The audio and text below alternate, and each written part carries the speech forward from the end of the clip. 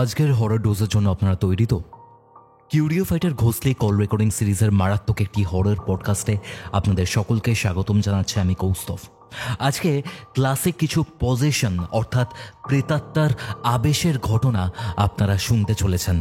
এই ঘটনাগুলি ঘটে দুটি জায়গায়, একটি হচ্ছে হাওড়ার সাকরাইল এবং আরেকটি হচ্ছে বরানগর সিথির মোড় এরিয়াতে। আশা করছি কিউরিও ফাইটার আজকের এই ঘোষলি কল রেকর্ডিং আপনাদের খুবই ভালো লাগবে এবং ভয়ের একটা শীতল আবেশের মধ্যে আপনারা জড়িয়ে পড়বেন।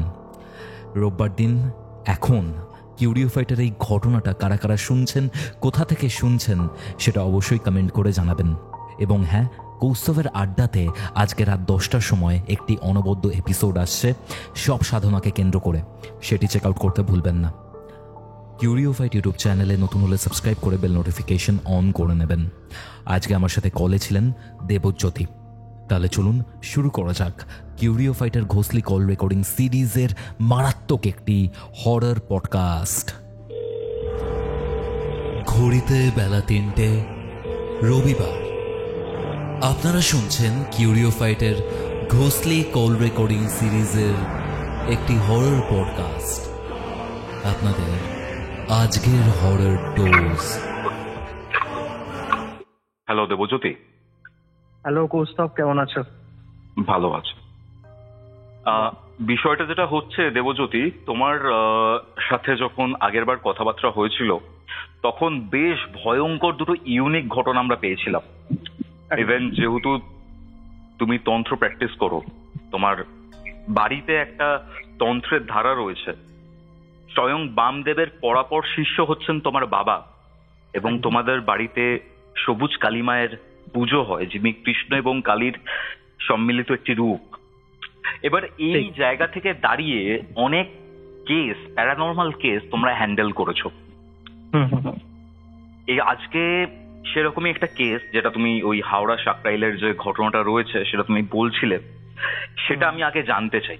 এবং তোমার মায়ের, আজকে যেহেতু মাদার্স ডে, তোমার মায়েরও একটি ঘটনা রয়েছে যেটা সিথির মোড়ে ঘটে, সেটাও আমরা জানবো। আমি ফার্স্টে আসতে চাই, এই হাওড়া সাকরাইলের কেসটা কি হয়েছিল সেটা একটু বলবো।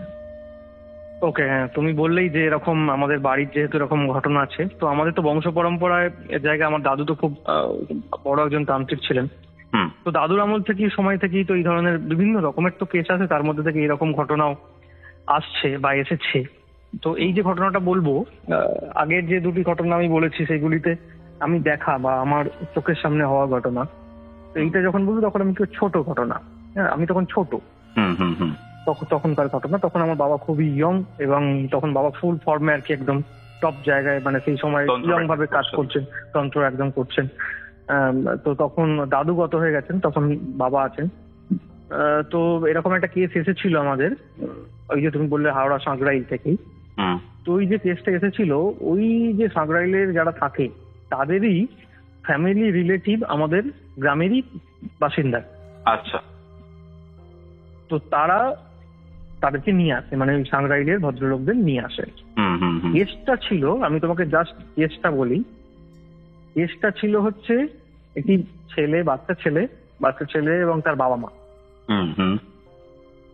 তার যে ভদ্রলোক এবং ভদ্রমহিলা, ভদ্রলোক ওই ইলেকট্রিক ডিপার্টমেন্টে চাকরি করতো আর কি, মানে ওই ইলেকট্রিকের যে অফিস হয়, ইলেকট্রিক অফিস, সেখানেতে মানে লেবার, মানে যাকে বলে টেকনিশিয়ান আর কি, হিসেবে কাজ করতো। আর ওনার মা, মানে বাচ্চাটির মা, উনি হাউস ওয়াইফ ছিলেন। তো ওনারা ওই হাওড়া সাঁকরাইলের ওখানে থাকতেন বাড়িতে, এবং বাড়ির যে বাড়িটিতে ওরা আসলে ভাড়া থাকতেন ওরা, হ্যাঁ, ওনারা ওই বাড়িটিতে ভাড়া থাকেন আর কি। তো বাচ্চা হয় আর কি, ছোট ছেলেটি জন্মগ্রহণ করে। হওয়ার পর ছোট থেকেই বছরখানেক যাওয়ার পরেই সেটা রাত্রি হলে ঘুমোতো না, মানে রাত্রি জেগে থাকতো, ঘুমোতো না। সচরাচর বাচ্চারা তাই হয়, স্বাভাবিক ব্যাপার এটা, রাত্রের দিকে বাচ্চারা জেগে থাকে, সবার চোখেও স্বাভাবিক। তাই ওরাও সেটিকে স্বাভাবিকভাবেই কোনোভাবে কোনো গুরুত্ব দেয়নি যে বাচ্চা এত রাত্রে জেগেই থাকে। আরেকটু যখন বড় হলো, 2-2.5 বছর বয়স হলো, রাত্রিবেলা ওর বাবা ঘুম ভেঙে উঠে দেখছে যে ছেলেটি সামনের দিকে তাকিয়ে হাসছে। আচ্ছা, হাসছে, শুয়ে হাসছে, একভাবে তাকিয়ে। এটাও নর্মাল, হতেই পারে। বাচ্চারা ঘুমের ঘরে কিছু মানে ঘুমের স্বপ্নের মধ্যে হয়তো হাসছে বা করছে, এটা তো হয়, নর্মাল ব্যাপার। এটারও কোনো গুরুত্ব ওর বাবা মা দেয়নি ঘটনা। ডেফিনেটলি, যেহেতু এটা স্বাভাবিক ঘটনা, এটা তো হতেই পারে। এইবার ছেলেটির যখন মানে এরকম মাঝে মাঝেই হতো, ছেলেটি যখন এবার ঠিকঠাক ভাবে হাঁটতে শিখেছে, মোটামুটি ভাবে বিছানা থেকে নিজে একা নামতে পারে, এরকম একটা সিচুয়েশন, শুধু ওই রাত্রিবেলা শুয়ে তাকিয়ে থাকায় সীমাবদ্ধ রইল না। হলো কি, বিছানা থেকে সে নেমে গিয়ে বাইরে বেরোনোর যে গেট, ঘর থেকে যে বাইরে বেরোনো গেট, সেই গেটের গোড়ায় বসে থাকতো। ওকে ওকে। এবার এটা ঘুম ভেঙে গেছে একদিন, হঠাৎ করে এরকম হয়েছে, বাবা মায়ের ঘুম ভেঙে গেছে, ছেলে কোথায়, বিছানায় নেই। ছোট ছেলে, চিন্তা হচ্ছে, সঙ্গে সঙ্গে ছুটে ছুটে বেরিয়েছে, বেরিয়ে দেখি গেটের গোড়ায় বসে আছে। ওকে ওকে। ও সঙ্গে আদর করে তুলেছে, অতটা ভালো করে কথা বলতে মানে পরিষ্কার করে বুঝে বলেনি, কিন্তু তুলে নিয়ে এসে শুয়ে দিয়েছে। এইটা রোজের রাত্রির হতে থাকবে। রোজ রাত্রে হ্যাঁ, ঘরের সামনে বসে থাকছে, হ্যাঁ হাসছে, হাসা এখন আর হাসতে দেখতে পাচ্ছে না বেটা। সে নির্দিষ্ট সময় বিছানা থেকে নেমে গিয়ে গেটের গোড়ায় গিয়ে বসে আছে। না কোনো খেলছে না, মানে খেলনা টেলনা এসব কিছু নয়, এমনি বসে আছে চুপ করে, কোনো কিছু নেই, চুপ করে বসে আছে। ওরাও চিন্তা পারছে যে ছেলে কি হবে। ওটাকে ওরা খুব একটা এ দেয়নি, হয়তো কোনো কারণে বেরিয়ে যাচ্ছে বা এরকম তো অনেকের হয় যে ঘুমের ঘরে হাঁটা চলা করে, হ্যাঁ ওরা অতটা খুব একটা এ দেয়নি আর কি, পাত্তা দেয়নি ঘটনা, এরকম টাইপের কিছু একটা ভেবেছে। হ্যাঁ হ্যাঁ হ্যাঁ, ওরা খুব একটা পাত্তা দেয়নি। মানে ওই তান্ত্রিক ওঝা দেখাতে হবে বা কিছু করতে হবে এরকম অতটা ওদের মাথায় আসেনি। হ্যাঁ হ্যাঁ, স্বাভাবিক ভাবে তাই। এইবার এমন এবার এই হলো, ওর বয়স তখন, এটা মাঝে মধ্যে হতো, রাত্রিবেলা বেরিয়ে এরকম দোরগোড়ায় বসে থাকতো। এবার ছেলেটির বয়স হয়ে গেছে প্রায় 6-7 বছর। ছেলেটি স্কুলে টুলে পড়ছে, ওয়ানে পড়ছে সম্ভবত, এরকম। তো ওয়ানে পড়া বাচ্চা কতটুকু হতে পারে এবার তুমি বুঝতে পারছো নিশ্চয়ই, ওয়ানে পড়ে, ক্লাস 1। একদিন হঠাৎ করে ওরা ঘুম ভেঙে গেছে, নর্মাল দেখে ছেড়ে নেই, এরা জানে যে দোরগোড়াতেই বসে আছে, ওরা যেন দোরগোড়াতেই বসে আছে। ঘুমের ঘরে ওরা সেই দিন ওদের কোনো ক্লান্তি ছিল বা যে কোনো কারণে ওরা দেখছে হয়তো ছেলে তো ওখানেই বসে থাকবে, কোথায় থাকবে, ওখানেই বসে থাকবে। এবার স্ত্রী ভেবেছে যে ওর বাবা গিয়ে তুলে আনবে, আর ওর বাবা ভেবেছে ওর মা গিয়ে হয়তো নিয়ে এসে শুয়ে দেবে। শুয়ে পড়েছে দুজনে, মানে চোখ ঘুমিয়ে পড়েছে, আবার নিদ্রায় চলে গেছে। মানে এইবার ওদের ঘুম ভাঙছে, সবাই পাড়ার লোক দরজা ধাক্কা দিচ্ছে বাইরে থেকে, মানে দরজা দিয়ে ডাকছে আর কি। ভেতরে তো রাত্রিবেলা ঘরের মধ্যে ঢোকে আসেনি। এবার ওরা বেরিয়ে দেখছে ওদের দরজা খোলা, মেন গেটটা খোলা, যেখানে ওর ছেলে বসে থাকে। আর বাড়ি থেকে আশেপাশে 2-1 লোকও বেরিয়ে পড়েছে। তারাই ডাকছিল আর কি, বাইরে থেকে জানলা দিয়ে ঠুকে ডাকছিল, দরজায় চাপড়ে ডাকছিল হাত দিয়ে দিকে ঠুকে। ওরা ভেতরে ঢোকেনি, যেহেতু রাত্রিবেলা ঢোকা উচিত নয়, বাড়ির লোক পাড়ার লোক হয়তো ভেবেছে, ঢোকেনি, কিন্তু ডাকছে। এবার এরা ছুটে বেরিয়েছে, ছুটে বেরিয়ে দেখছে দরজা খোলা। বাড়ি থেকে বেরিয়ে ওদের পাশে একটি বড় দিঘি টাইপের আছে, মানে পুকুর টাইপের, একটু পুকুরের থেকে একটু বড় সাইজ। সেখানে বড় মাছ চাষ হয়, অনেক পুরনো পুকুর, পুকুরটা অনেক হিস্ট্রি আছে। ওটা কোনো নদী, মানে যেহেতু সেটি আস্তে আস্তে পলি পড়ে পড়ে পড়ে পড়ে জমে ওটা একটু পুকুরে পরিণত হয়েছে, মানে নদীটির একটা অংশ পুকুর হয়ে গেছে, খাল টাইপের, বড় বেশ, অনেক গভীর। সেখানেতে সবাই অবাক হয়ে গিয়েছে, মানে গেছে পাশের বাড়ির লোককে বাথরুম উঠেছিল, সেই তখনও আওয়াজ শুনতে পায়, পুকুরের জলের আওয়াজ, কেউ জলে সাঁতার কাটছে বা জলে নামছে এরকম। তখন তারা এত রাত্রি কি সাঁতার কাটবে, তখন বাড়ি থেকে আলো নিয়ে দেখে যে ওই ওয়ানে পড়া বাচ্চা ছেলেটি পুকুরে সাঁতার কাটছে। কতটা ভয়ঙ্কর ভাবো, চিন্তা করার একটা বিষয়। ওয়ানে পড়া একটা ছেলে ওটা একটা দিঘিতে রাত্রিবেলা মাঝরাত্রে পুকুরে নেমে পড়েছে, পুকুরে নেমে সাঁতার কাটছে মানে ভাসছে আর কি, খেলা করছে। সবাই বলছে তুই উঠে আয়, নেমে আয়, কিন্তু এবার কেউ যে পাড়ার লোক যে তাকে গিয়ে নিয়ে আসবে, কেউ নামতে পারছে না পুকুরে। অদৃশ্য একটা মানে টান অনুভব করছে, কেউ নামতে পারছে না। এবার বাবা মাকেও ডেকেছে, বাবা বলছে উঠে তুই কি করছিস ওখানে, পুকুর থেকে তুই সাঁতার, পুকুরে নেমে। ছেলেটি কিন্তু বলে পুকুরে না, কি করে জানবে, কি পুকুরে কোনো স্নানই করেনি, আচ্ছা আচ্ছা। কোনোদিন পুকুরে যাবেনি। এটা তো দেখে মানে আমার ছেলে ডুবে যাবে, মা তো কান্নাকাটি করছে, বসে মাথায় হাত দিয়ে বলছে আমার ছেলে ডুবে যাবে, বাঁচাও কেউ সবাই। আমার ছেলে তো জানে না, জলে নামতে পারে না। এবার 6 বছরে বাঁচাবো, কিন্তু সাঁতার কাটছে ভালো করে, ওকে বাঁচাবো কি নাম মানে বাঁচাতে পারে, আপনি নামতে পারছে না, মানে সবাই চেষ্টা করছে তুই যেন নামতে পারছে না, মানে সবাই তার মুখের দিকে তাকাচ্ছে, দাঁড়িয়ে আছে, এরকম হচ্ছে ঘটনা। কেউ কিছু করতে পারছে না। এবারে মা তো খুব কান্নাকাটি করছে যে কি হবে না হবে, মানে কি করে কি করবো। আস্তে আস্তে এবার ছেলেটিকে জিজ্ঞাসা করছি তুই কি করছিস ওখানে, তুই জলে এখন পুকুরে কেন নেমেছিস ওখানেতে? ছেলেটি ওখান থেকে বলছে মাছ ধরছি, মাছ ধরবো, মাছ লাগবে আমার। আচ্ছা, বলছে মাছ লাগবে, হ্যাঁ আমার বলছে মাছ ধরবো, মাছ লাগবে আমার। হলো ঘন্টাখানেক যাওয়ার পর ছেলেটি নিজে থেকে উঠে চলে এলো। ওটা হাসতে হাসতে, এবার হাসতে হাসতে, তো কোনো বার্তা নেই, হাসতে হাসতে নিজের মনে উঠে চলে এসে ঘরে শুয়ে পড়লো, মানে জামা কাপড় চেঞ্জ করে শুয়ে পড়েছে। এটা তো চিন্তা হয়ে গেছে না, এবার কি হয়েছে, বেরোবে কি করে, মানে ওরা তো রাত্রিবেলা শুতে হবে, আজকে না হয়েছে যদি কালকে ওরকম করে দরজা খুলে বেরিয়ে পড়ে। ওরা কি করলো, পরের দিন মেন গেটটাতে তালা মেরে দিল। আচ্ছা, তালা মেরে দিয়ে শুয়েছে, যাতে বেরোতে না পারে। এইবার ছেলেটি যথারীতি আবার, ওর তো মাঝে মধ্যেই কাণ্ড ঘটতো, ও আবার বাইরে বেরিয়েছে, বেরিয়ে দেখছে তালা দেয়া, দিয়ে এসে ওর মাকে ডাকছে, ওর মাকে ডাকছে নিজে, বাবু কতটা বাইরে। বলছে কি হয়েছে, বলছে আমি বাইরে পুকুরে নামবো, মাছ ধরতে যাবো।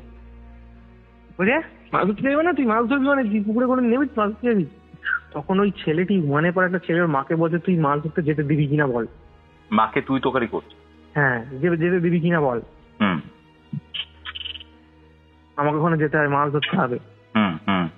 কত লোক না খেতে পেয়ে থাকবে জানিস, ঠিক আছে কত লোক না খেতে পেয়ে থাকবে জানিস, আমাকে মাছ ধরতে যেতে হবে, মাছ দিতে হবে আমাকে সকালের মধ্যে। এবার তো বাবা মা তো অবাক, কি করবে না করবে। এবার ছেলেটি কি করে, ওই মানে চাবিটি ওখানে ওই টিভি যে মানে টিভি যার উপর থাকে আর কি টেবিল, সেখানে সামনে চাবিটি রাখা ছিল। ছেলেটি ওখান থেকে ছুটে দৌড়ে চাবিটি নিয়ে নিজে, আরে বাবা মা তো অবাক হয়ে গেছে ওরকম কথা বলতে দেখে, চাবি ততক্ষণে খুলে ফেলেছে ছেলেটি, কি খুলে বেরিয়ে দৌড়, ওর বাবা মা পেছনে পেছনে দৌড়েছে, ধরতে পারেনি, বেরিয়ে গিয়ে ও পুকুর থেকে একভাবে নেমে গেছে আবার। আচ্ছা আচ্ছা, আবার নেমেছে, নামার পর এবার ওকে বলছে উঠে আয়।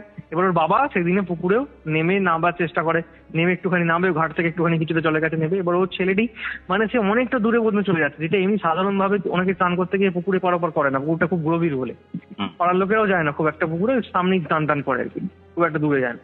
সে ছেলে তো অনেক দূরে চলে যাচ্ছে, এরা তো মানে পাগলের মতো অবস্থা। যে বাচ্চার ছেলেটি সাঁতার কোনোদিন কাটেনি, যে ছেলেটি কোনোদিন পুকুরে স্নান করেনি, সে হঠাৎ করে কাল থেকে এরকম পুকুরে নেমে যাচ্ছে, বলছে মাছ ধরবো, মাছ দিতে হবে, এইসব কি হচ্ছে। এইটা হওয়ার জন্য এটা হলো, এইটা হওয়ার পর ও আবার ওই যেমন যথারীতি কিছুক্ষণ থাকার পর উঠে চলে এলো, উঠে আস্তে আস্তে আবার ঢুকে পড়লো। এবার এটা তো সবাই পাড়া রোটে গেছে এরকম ভাবে, সবাই বলছে না পুকুরে আকর্ষণ করেছে বা কিছু করেছে বা কিছু হয়েছে, এরকম ব্যাপার হয়েছে। এইবারের বাবা মা যেটা খোঁজ পায়, ওখানে একজন আছে মুসলিম ভদ্রলোক, উনি ওই মানে তান্ত্রিক টাইপের আর কি, মুসলিম তন্ত্র মানে ওদের যেমন হয় আর কি, ফকির টাইপের, মানে মৌলবী সাহেব ফকির আর কি যাকে বলে, মসজিদে নয় কিন্তু মুসলিম ভদ্রলোক, উনি এই সমস্ত ঝাড়ফুঁক এসব করতেন। তো ওখান থেকে ওনার কাছে নিয়ে যায়, ওই সাঁকড়াইল এলাকাতেই একজন আছে, ওনার কাছে নিয়ে যান। উনি বট গাছের নিচে বসতেন আর কি, একটা বট গাছ ছিল, এই বট গাছের নিচেই ফকির সাহেব বসতেন আর কি। তো ওনাকে বলতে পীর বাবার উপাসক বা যে এরকম নাম বলতো আর কি, সবাই যে যা পারতো। তো ওই ভোগের কাছে নিয়ে যায়, তারপরে বলে ওখানে কবচ টাইপের, মাদুলি টাইপের সেই চৌকো জিনিস হয় না, তাবিজ, তাবিজ ছেলেটাকে পরিয়ে দেয়। ছেলেটি যথারীতি দিনের বেলা নর্মাল, কিন্তু ছেলেটি যে অন্য সময় কোনো বাজে আভাব করছে বা অন্য সময় কিন্তু একমাত্র রাত্রি হলেই ওই ঘটনাগুলো ঘটছিল, আর অন্য সময় একদম যথারীতি সবার সঙ্গে খেলাধুলা করা থেকে শুরু করে, খুব দুরন্ত বাচ্চা ছিল, মানে খেলাধুলা দৌড়াদৌড়ি করা সব করতো। এবারে তাবিজটি পরিয়ে দিয়েছে, পরিয়ে দিয়ে এইবার রাত্রিবেলা, সেই দিন রাত্রিবেলা, সন্ধ্যেবেলা গিয়েছিল ওর কাছে, সেই দিন রাত্রিবেলা ছেলেটি কিন্তু যথারীতি, ওর বাবা বারবার ঘুম ভেঙে যাচ্ছে, দেখছে ছেলে বেরিয়ে যাচ্ছে কিনা, আটকাতে হবে তার আগে। তাই ওই মুসলিম ভদ্রলোক বলে দিয়েছিলেন যে ফকির সাহেব যিনি, যে কি যেন কোনো রকম বেরোতে দেবে না, কিন্তু বাবা মা সেদিন খুব সজাগ ছিল। এবার তখন ওর বাবা মা দেখছে ওদের ঠিক জানালার পাশ দিয়ে কোন একজন কোনো মানে মহিলা, কোন একজন মহিলা কাঁদতে কাঁদতে মানে ওদের বাড়ির একবার এদিকে যাচ্ছে, হ্যাঁ, পশ্চিম দিকের কোণে যাচ্ছে, আবার এই দিকটা দিয়ে ঘুরে কিছুটা এসে গেটের সামনে পর্যন্ত আসছে। মানে ওদের রুমের দুটো জানালা, ঠিক আছে, মেন গেটের রুমের মেন গেটটা যে তার থেকে পাশে একটা জানালা আছে, আবার পশ্চিম দিকের দিকে একটা জানালা আছে। মানে মেন গেটের কাছ থেকে আসছে, ঘুরে এসে আবার এই পশ্চিম দিকের কাছে আসছে কাঁদতে কাঁদতে মহিলা একজন করে। এই ধরনের একটা কান্না হয় না, মানে গোগানি টাইপের কান্না, মহিলা কাঁদলে যেমন হয় একদম এই টাইপের কাঁদতে কাঁদতে ঠিক এদিক দিকে আসছে। ভয়ঙ্কর সিচুয়েশন, মানে আমি তো জাস্ট মানে ঘটনাটা পরে যখন শুনি ভয়ঙ্কর সিচুয়েশন, এরকম কাঁদতে কাঁদতে আসছে। সেই সময় আমি ভাবো ঘরের পাশ দিয়ে এরকম করছে এই ভদ্রলোক আর ভদ্রমহিলার কি অবস্থা, প্লাস ছেলে এরকম করে, এই মুহূর্তে যদি ছেলে বেরিয়ে চলে যায় কি হবে, মানে ভয়ঙ্কর একটা সিচুয়েশনের মধ্যে ওরা পড়ে। প্রথম দিন গেল, ছেলেটি তাবিজ পড়া কিন্তু ঘুম ভাঙেনি ছেলেটি কিন্তু সেই দিন। দ্বিতীয় দিন আবার রাত্রিবেলা ওদের ঘুম ভেঙেছে, আবার সেই কান্নার আওয়াজ শুনে ঘুম ভেঙেছে, আবার ওই জানলার পাশ দিয়ে ভদ্রমহিলা ঘুরে বেড়াচ্ছে এরকম করে। কিন্তু কি তারপর দিন সকালে অনেককে জিজ্ঞাসা করেছে রাত্রিবেলা এখানে কারো কি আসলে কি হয় এলাকায়, মানে অনেকটা মদরদ খেয়ে তার হাজবেন্ড মারধর করে বা এরকম ওই এলাকায় হতো আর কি, সেরকমই জায়গাটা ছিল আর কি, একটু শিক্ষার হার কম বা এরকম কয়েকজন মানুষ ছিলেন যারা ওই মদরদ খেয়েছে রাত্রিবেলা নেশা ভাঙ করে তাদের বউদের মারতো আর কি, বাড়ি থেকে বার করে দিত বা অত্যাচার করতো, এরকম করতো। ও তো ওরা ভেবেছে এরকম, কেউ তো জিজ্ঞাসা করেছে কালকে কি এটা কারোর বাড়িতে এরকম হয়েছে, তো এরকম দুজন ছিল যারা এরকম করতো, দুটো মাতার আর কি, তার বউদের মারধর করতো আর বার করে দিত, যে ওদের এরকম বাড়িতে কালকে কি মারধর করেছে ওদের বউকে নাকি এরকম, বলে না তো কালকে তো কিছু হয়নি কোনো। তখন এই ভদ্রমহিলা একটু ভয় পেয়ে যায় কলতলা, যে এইরকম তাহলে কি হয়নি, কে ওই ভদ্রমহিলা, মানে যে মহিলাটি তাহলে কে, খুব ভয় পেয়ে যায়। তারপরের দিন রাত্রিবেলা আবার হয়, আবার এরকম তিন দিন হচ্ছে এরকম, আবার হয়। সেই দিন কিন্তু এই একবার দুবারই রাউন্ড মেরেছে, মেরে আর কিছু হয়নি, চলে গেছে।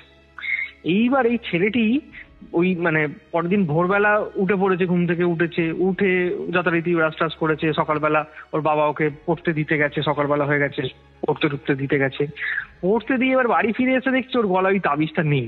পরে বাড়ি এসে সকালবেলা ছেলেটি পরে এসে দেখছি যে ছেলেটির গলায় তাবিজটা নেই। এটা আমি বলছি 2001, 2 বা 2-3 এরকম সাল হতে পারে, বুঝতে পারছি, মানে যেটা প্রোটেকশনের জন্য দিয়েছিল সেটা নেই। এবার ওকে বলছে তুই কি করে ফেলেছিস, বলছে আমি ছুটে ছুটে যাচ্ছিলাম, খুলে পড়ে গেছে। কোথায় খুলে পড়েছে দেখবে, দেখাবি চ। বলো ওই মানে ওর বাড়ি থেকে টিউশন পড়তে যেতে যে রাস্তাটা, সেইখান থেকে পুরো দেখতে দেখতে গেছে ওর বাবা, কোথাও কোনো পায়নি সেই তাবিজটা। এবং তাবিজটা যে সুতোতে বাঁধা ছিল সেই সুতোটির গলায় আছে, তাবিজটা কেটে পড়ে গেছে। ঠিক আছে, এবার ছেলেটি এমনি দুরন্ত ছিল, একটু দৌড়াদৌড়ি করতে করতে বাবা হয় নর্মাল কেটে পড়ে গেছে কোনো রকম ভাবে, তাহলে ওই তান্ত্রিক মানে ওই যে মুসলিম ভদ্রলোকের কাছে আবার যাবো করে দেবে। তো ভদ্রলোকের কাছে বিকেলবেলার বাবা সাইকেল নিয়ে গেছে, কাছ থেকে ফিরে সাইকেল নিয়ে গেছে, ভদ্রলোক নেই, ছিল না বাড়িতে।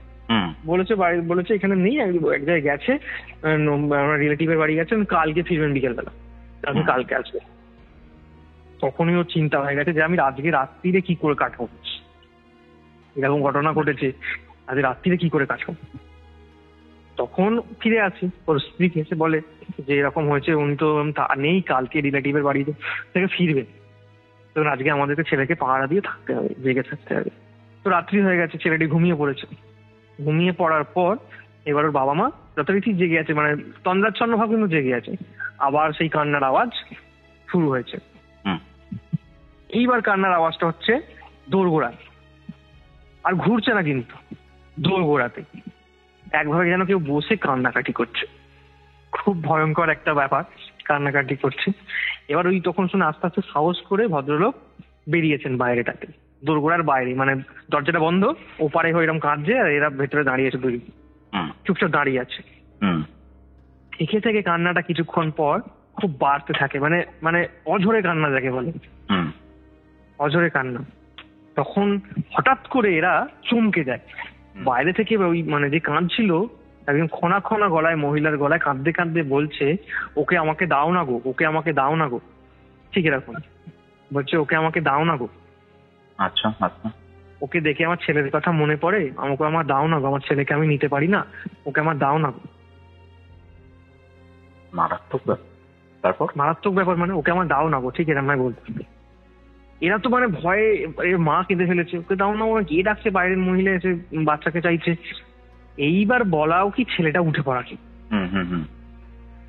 মানে তুমি সিচুয়েশনটা একবার জাস্ট ভাবো একবার, বাইরে রকমাভাবে কেউ এসে এরকম কেঁদে কেঁদে চাইছে, রাতে ছেলেটি ঘুম ভেঙে উঠে গেছে, এবং যখনই ঘুম ভেঙে উঠে মা মা করে ডাকছে, মা মা করে ডাকছে ছেলেটি, তখন বাইরে থেকে যে ওই ভদ্রমহিলার কণ্ঠস্বরটি, সে বলছে ওই তো উঠে পড়েছে, ওকে দাও না, ওকে একটু দেখি, ওকে দাও না, ওকে একটু দেখি। ভাবো একবার, এই ভাবছে সাংঘাতিক একটা সিচুয়েশন। ডেফিনেটলি ভাই, মা বাবার ওপর দিয়ে কি যাচ্ছে সেটা ভাবছে। উফ, মানে এবং ওরা একা তো না, আর তো কেউ নেই সাপোর্টে সেই সময়, ভাড়া এসছে তখন, আর পাড়ার লোককে কোথা থেকে কে ডাকবে, কাকে ডাকবে। তখন এর বাবা তখন সাহস করে, ওর বাবা যে বলে তোমায় কেন দেবো, আমার ছেলে এরকম বলছে আমি এখানে থাকি, আমার ছেলেকে নিতে পারি না, আমার ছেলে তোমাকে একটু দাও না, তোমাদের ছেলেটাকে একটু দাও না।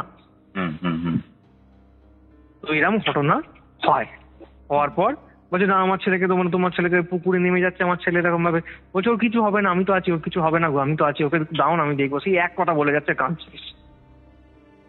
বলতে বলতে এরা বেগতিক বুঝে এবার ঘরের দরজাটাও বন্ধ করে দেয়, ভেতরে ঢুকে পড়েছে। আস্তে আস্তে আস্তে আস্তে কান্নাটার আওয়াজটা আস্তে আস্তে আস্তে আস্তে বন্ধ হয়ে যায়, সেই দিনের মতো বন্ধ হয়ে যায়। এইবার পরের দিন ওদের রিলেটিভ আছে, এরকম ফোন করে কথাবার্তা হয়, তখন বলে এরকম দেখো না, এরকম আমার ছেলে এরকম করছে, এরকম হচ্ছে, একজন এসে বাইরে এরকম হচ্ছে, কি করবো আমি কিছু বুঝতে পারছি না, হ্যাঁ কি করবো। তখন একজন তান্ত্রিক আছেন, তিনি আসবেন বলেছেন সেই বিকালবেলা, তারপর ওনাকে যেতে হবে ওই মুসলিম ওনার কাছে, কি করবো। তখন এই যে আমি বললাম আমাদের এই গ্রামেই থাকে, এদের সঙ্গে কথা বলছিল, তখন ওরা বলে তোমরা তাহলে এক্ষুনি আমাদের এখানে নিয়ে চলে এসো, এখানে আমাদের এই সবুজকালী মায়ের মন্দির আছে, এখানে বাবা আছেন, হ্যাঁ এখানে আমাদের বংশ পরম্পরার ব্যাপার, এখানে নিয়ে এসো। আচ্ছা, বলতে চাই নাকি এরকম, ওরা তখন বলে যে এরকম ভালো কাজ হয়, মানে ভালো এরকম এইসব কিছু হয়, বলছে তুমি নিয়ে এসো না, আমাদের তো গ্রামের, আমরা তো দেখেছি, তুমি নিয়ে এসো বলে ওরা ওখান থেকে সাঁকরাইল থেকে ওরা বেরিয়ে পড়ে 10টা 11টা নাগাদ, ওখান থেকে দুপুরের মধ্যে এখানে পৌঁছে যায় ওরা। ঠিক আছে, পৌঁছে যাওয়ার আগে, মানে পৌঁছানোর আগেই ওদের গ্রাম থেকে, মানে আমাদের গ্রামের যে ভদ্রলোক, ভদ্র মহিলা বাড়ি, ও আছে বাবার কাছে এখানে। বাবা তখন পূজা করছিলেন, বাবার সমাজে এরকম আমার আসবে, আমার একজন মানে রিলেটিভ আছে, সে আসবে, মানে ভদ্র মহিলার আর কি দিদি, মানে এই বাড়িটা রিলেটিভ যে বলছি, ভদ্র মহিলা ওই যে বাচ্চাটির সঙ্গে হচ্ছে তার মাসির বাড়ি এখানে, হিসাব মতো ধরতে গেলে তার মাসি এখানে আসে বাবার কাছে এসে, এরকম আমার বোনের ছেলেকে নিয়ে আসবে, একটু সমস্যা হয়েছে, কখন আসবে, একটু খুব দরকার, তাড়াতাড়ি। বাবা তখন বলে নিয়ে এসো বল, জিজ্ঞেস করলে কখন আসবে, বলো ওরা এসেই গেছে কাছাকাছি, ওরা ডানকুনির কাছাকাছি চলে এসেছে, তো বলো তাহলে তুমি নিয়ে এসো এখানে, আমি তাহলে পুজোর কাপড় পরেই আছি, পুজোর আসনেই থাকবো আর কি, বাবা বললেন। আচ্ছা আচ্ছা বলেছিলেন। তো ওরা এসেই কিন্তু ওরা বাড়িতে ঢোকেনি, সোজা আমাদের বাড়িতে বাচ্চাটিকে নিয়ে আসছে। এবং বলা ভালো, ছেলেটির যা বয়স, আমার বয়স তখন প্রায় সেম। আচ্ছা, তখন আমি ওরকমই বয়সী হবো আর কি সেই সময়, বাবা বলে নাকি তখন আমার বয়স ওইরকমই হবে, 1 to 8 পড়ি। এইবার ওই ছেলেটিকে, বাচ্চাটিকে, হ্যাঁ পিটোপিটি, তো ওই ছেলেটিকে নিয়ে আসে আমাদের বাড়িতে। বাবা তখন দেখে, ওকে ভালো করে দেখার পর তখন ঘটনা বাবা জিজ্ঞেস করে যে কি হয়েছে আমাকে খুলে বলো। তখন এই পুরো ঘটনা বলে যে এরকম মহিলা এরকম কাঁদতে কাঁদতে এরকম জিনিস হয়, বা এই ধরনের ক্রিয়া হয়, বা এই ধরনের কিছু হয়। আর ঘটনাচক্রে তার পরদিনই ত্রয়োদশী তিথি ছিল, যেদিন এসেছে ত্রয়োদশী তিথি ছিল।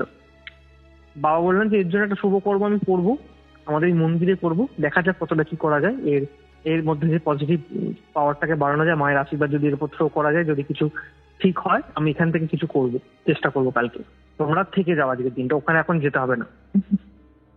এইবার ওখান থেকে ওরা তো এখান থেকে আমাদের বাড়ি থেকে শুনে পরের দিনে বাবা ক্রিয়া করবেন, বললেন না কোনো হোম যজ্ঞ হবে না। আচ্ছা, বাবা বললেন যে কোনো হোম যজ্ঞ হবে না, আমি তন্ত্রের বিশেষ ক্রিয়া করবো। ঠিক আছে, বিশেষ ক্রিয়া করবো, কোনো হোম যজ্ঞ নয়। বলো ঠিক আছে, তাহলে কটার মধ্যে আসতে হবে? বাবা বললো যে তোমরা আজকে নয়, কালকে ত্রয়োদশী, মানে ওই তিথি অনুযায়ী বাবা ওদেরকে সন্ধ্যেবার সময় আসতে বলবে। তখন বাবা করে ভয় পেয়েছে, বাবার কিছু হবে না তো এখানে এই সময়? বলছে না, এখানে কিচ্ছু হবে না। আর বাবা ওকে আমাদের মায়ের আশীর্বাদ দিয়ে ফুল বা যে কোনো কিছু জিনিস জপ টপ করে দিল, বললো এখানে আর তোমাদেরকে কিছু করতে পারবে না বা কিছু হবে না।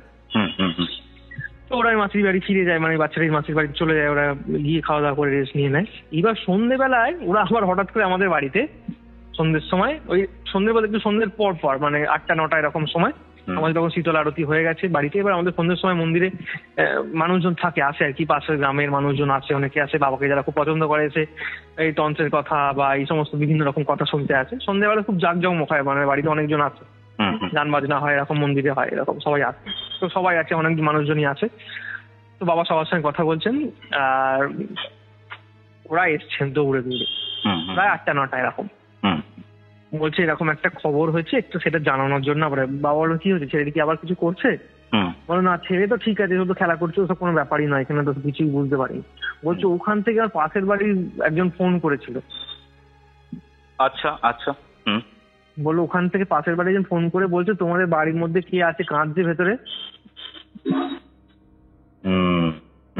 মানে ভাবো একবার, বলছে বাড়ির মধ্যে, তোমার ঘরের মধ্যে থেকে কে একজন কাঁদছে, তোমার বউকে কি রেখে গেছো নাকি কেউ আছে বাড়িতে, তোমরা কোথায়? মানে বাড়ি বাইরে শব্দটা আসছে? হ্যাঁ, বাড়ির ভেতর থেকে কান্নার শব্দ আসছে। এবার কেউ ওই বাড়ির সামনে দিয়ে যাচ্ছিল আর কি, সে শুনেছে ভেতর থেকে একজন কাঁদছে, বাইরে থেকে কত তালা দেয়া। যা ওরা ভাড়াটিয়া, সন্দেহ হয়েছে যে কিছু তো হতেই পারে। আশেপাশে 2-4 জন বেরিয়ে দেখছে যে হ্যাঁ সত্যি সত্যি তো কাঁদছে। এবং ওইখানে পাড়ার লোক শুনছে 2-4 জন, মানে ওই বাড়ির আশেপাশে, যে ভেতর থেকে একজন কাঁদছে, কোনো মহিলার কণ্ঠস্বর। একাধিক মানুষ ব্যাপারটা প্রত্যক্ষ শুনেছে এবং জানে, একদম প্রত্যক্ষ করছে। এইবার সেখানে ওরা ফোন করে দেখে বলে এরকম হচ্ছে। বাবা তখন কিছু বলেনি। এবার বলে তো আচ্ছা তুমি ওখানে কোনো হিস্ট্রি জানো, ওখানে ওই পুকুরের বা ওই গ্রামের বা ওই আশেপাশে, বা তোমরা যে বাড়িটিতে ভাড়া গেছো এই বাড়ির কোনো ঘটনা কিছু জানো? তখন ওই ছেলেটি বাবা বলেন না তো সেরকম জানি না, আমরা তো ওই মানে আমার ছেলেটি হয়েছে তার আগে গেছি, আমরা তখন 6-7 বছর এখানে আছি, এর আগে তো বাড়িতে অন্য লোক ভাড়া থাকতো, সেই অর্থে খুব একটা কিছু জানি না। আর অতটাও পরিচিত 6-7 বছরে খুব একটাও কিছু হয়নি। পাশে আর 2-4টে বাড়ি আছে, তাদের সঙ্গেই একটু কথোপকথন হয় আর কি, কথা হয়। খুব একটা আমি এলাকা সম্বন্ধে অতটাও জানি না আর কি, খুব একটা আমি কাজ থেকে আসি যাই এটুকুই, কিছু জানে না। বলছি তুমি একটু খোঁজ নাও তো। বাবা তখন ওকে বলে তুমি একটু খোঁজ নাও তো, কিছু হিস্ট্রি আছে কিনা। তখন ওই ভদ্রলোক বলে ঠিক আছে, আমি তখন খোঁজ খবর নিয়ে দেখি। তখন পরের দিন ওই ত্রয়োদশী তিথি রাত্রিবেলা এখানে ক্রিয়া হয়, কাজ টাজ করা হয়। বাবা ওই হোম বিহীন ভাবে যে কাজ করার, যে তন্ত্রের কাজ করেন, কাজ করার পর সেই দিনে বাবা তখন খুবই, আমাদের গ্রামের একটি শ্মশান আছে, যেটি সুরের শ্মশান, যেটি আমি যারা ওই সবুজখালীর মায়ের যে এপিসোডটি শুনেছিল সেখানে আমি উল্লেখ করেছিলাম, আমার দাদু যেখানে সিদ্ধি লাভ করেছিল আর কি, যে শ্মশানে, আমাদের গ্রামের শ্মশান, গ্রামের মাঝখানে, লোকালিটি নেই এখনো, সেই অবস্থায় আছে, ভয়ঙ্কর শ্মশান। সেখানে বাবা একা রাত্রিবেলা মাঝে মধ্যে শ্মশান বিশেষ তিথিতে শ্মশান ক্রিয়া করতে চেলেন। এবং যেহেতু ত্রয়োদশী তিথি ছিল, বাবা সেদিন ওই শ্মশানে ক্রিয়া করতে যাবেন বলে ঠিক ছিল। এবং ওটাকে আমাদের লোকাল ল্যাঙ্গুয়েজে শ্মশান জাগানো বলা হতো আর কি, যাকে বলে আর কি শ্মশান জাগাতে যাবে, এরকম একটা বলতো সবাই, যে আজকে বাবা শ্মশান জাগাতে যাবে, ওখানে কাউকে নিয়ে যাবে না, আজকে একা যাবে। সেরকম সবাই জানে যে বাবা যাবে। তো বাবা এখানে ক্রিয়াটি সম্পূর্ণ করে বলো ঠিক আছে আমি ওখানে শ্মশান এতে ক্রিয়া করবো, ওর জন্য আমি দেখবো কি করা যায়, তোমরা বাড়ি চলে যাবে বলো, ওদেরকে বাড়ি থেকে চলে যেতে বলেছে। এইবার চলে গেছে ওরা, যতদিন চলে গেছে, চলে গিয়ে এখানে পরের দিনও ছিল বাবা ওখান থেকে রাত্রিবেলা তন্ত্রে সব কাজ করে। ভোরবেলা আমি দেখি ছোটবেলায় বাবা আসতেন ফিরে, বা বাড়ি থেকে অনেক কিছু নিয়ে যেতেন, লুচি, আলু ভাজা, বেগুন ভাজা, শোল মাছ পোড়া, এই সমস্ত বাড়ি থেকে করে করে নিয়ে যেতেন। সন্দেশ, তারপরে তোমার ওই যেটাকে বলে গুজিয়া, যে মিষ্টিটা, হ্যাঁ এই সমস্ত নিয়ে যেতেন, কারণ সব নিয়ে যেতেন বাবা। অনেক সময় 2-1 জন যেত, আর বেশিরভাগ সময় বাবা একাও যেত অনেক সময়। যেখানে তোমাকে মানে আমি তোমায় বলছি যে বাবা একা যেত, ওখানে আমি একা দিনের বেলা যেতে আমার ভয় করবে। আচ্ছা আচ্ছা। যে কোনো সাধারণ মানুষের ওখানে একা যেতে দিনের বেলা তো ভয় করবে। সেখানে দাদু যেত, দাদু ওই একা যেত, কোনো সময় বাবাকে নিয়ে যেত। তারপরে বাবাও ওই যেহেতু ছোটবেলায় দাদুর সঙ্গে সঙ্গে যেত, সেই অর্থে বাবাও ওরকম যেত আর কি। তো ওরকম রাত্রি ভোরবেলা মিটে যায়। পরদিন সকালবেলা হয়।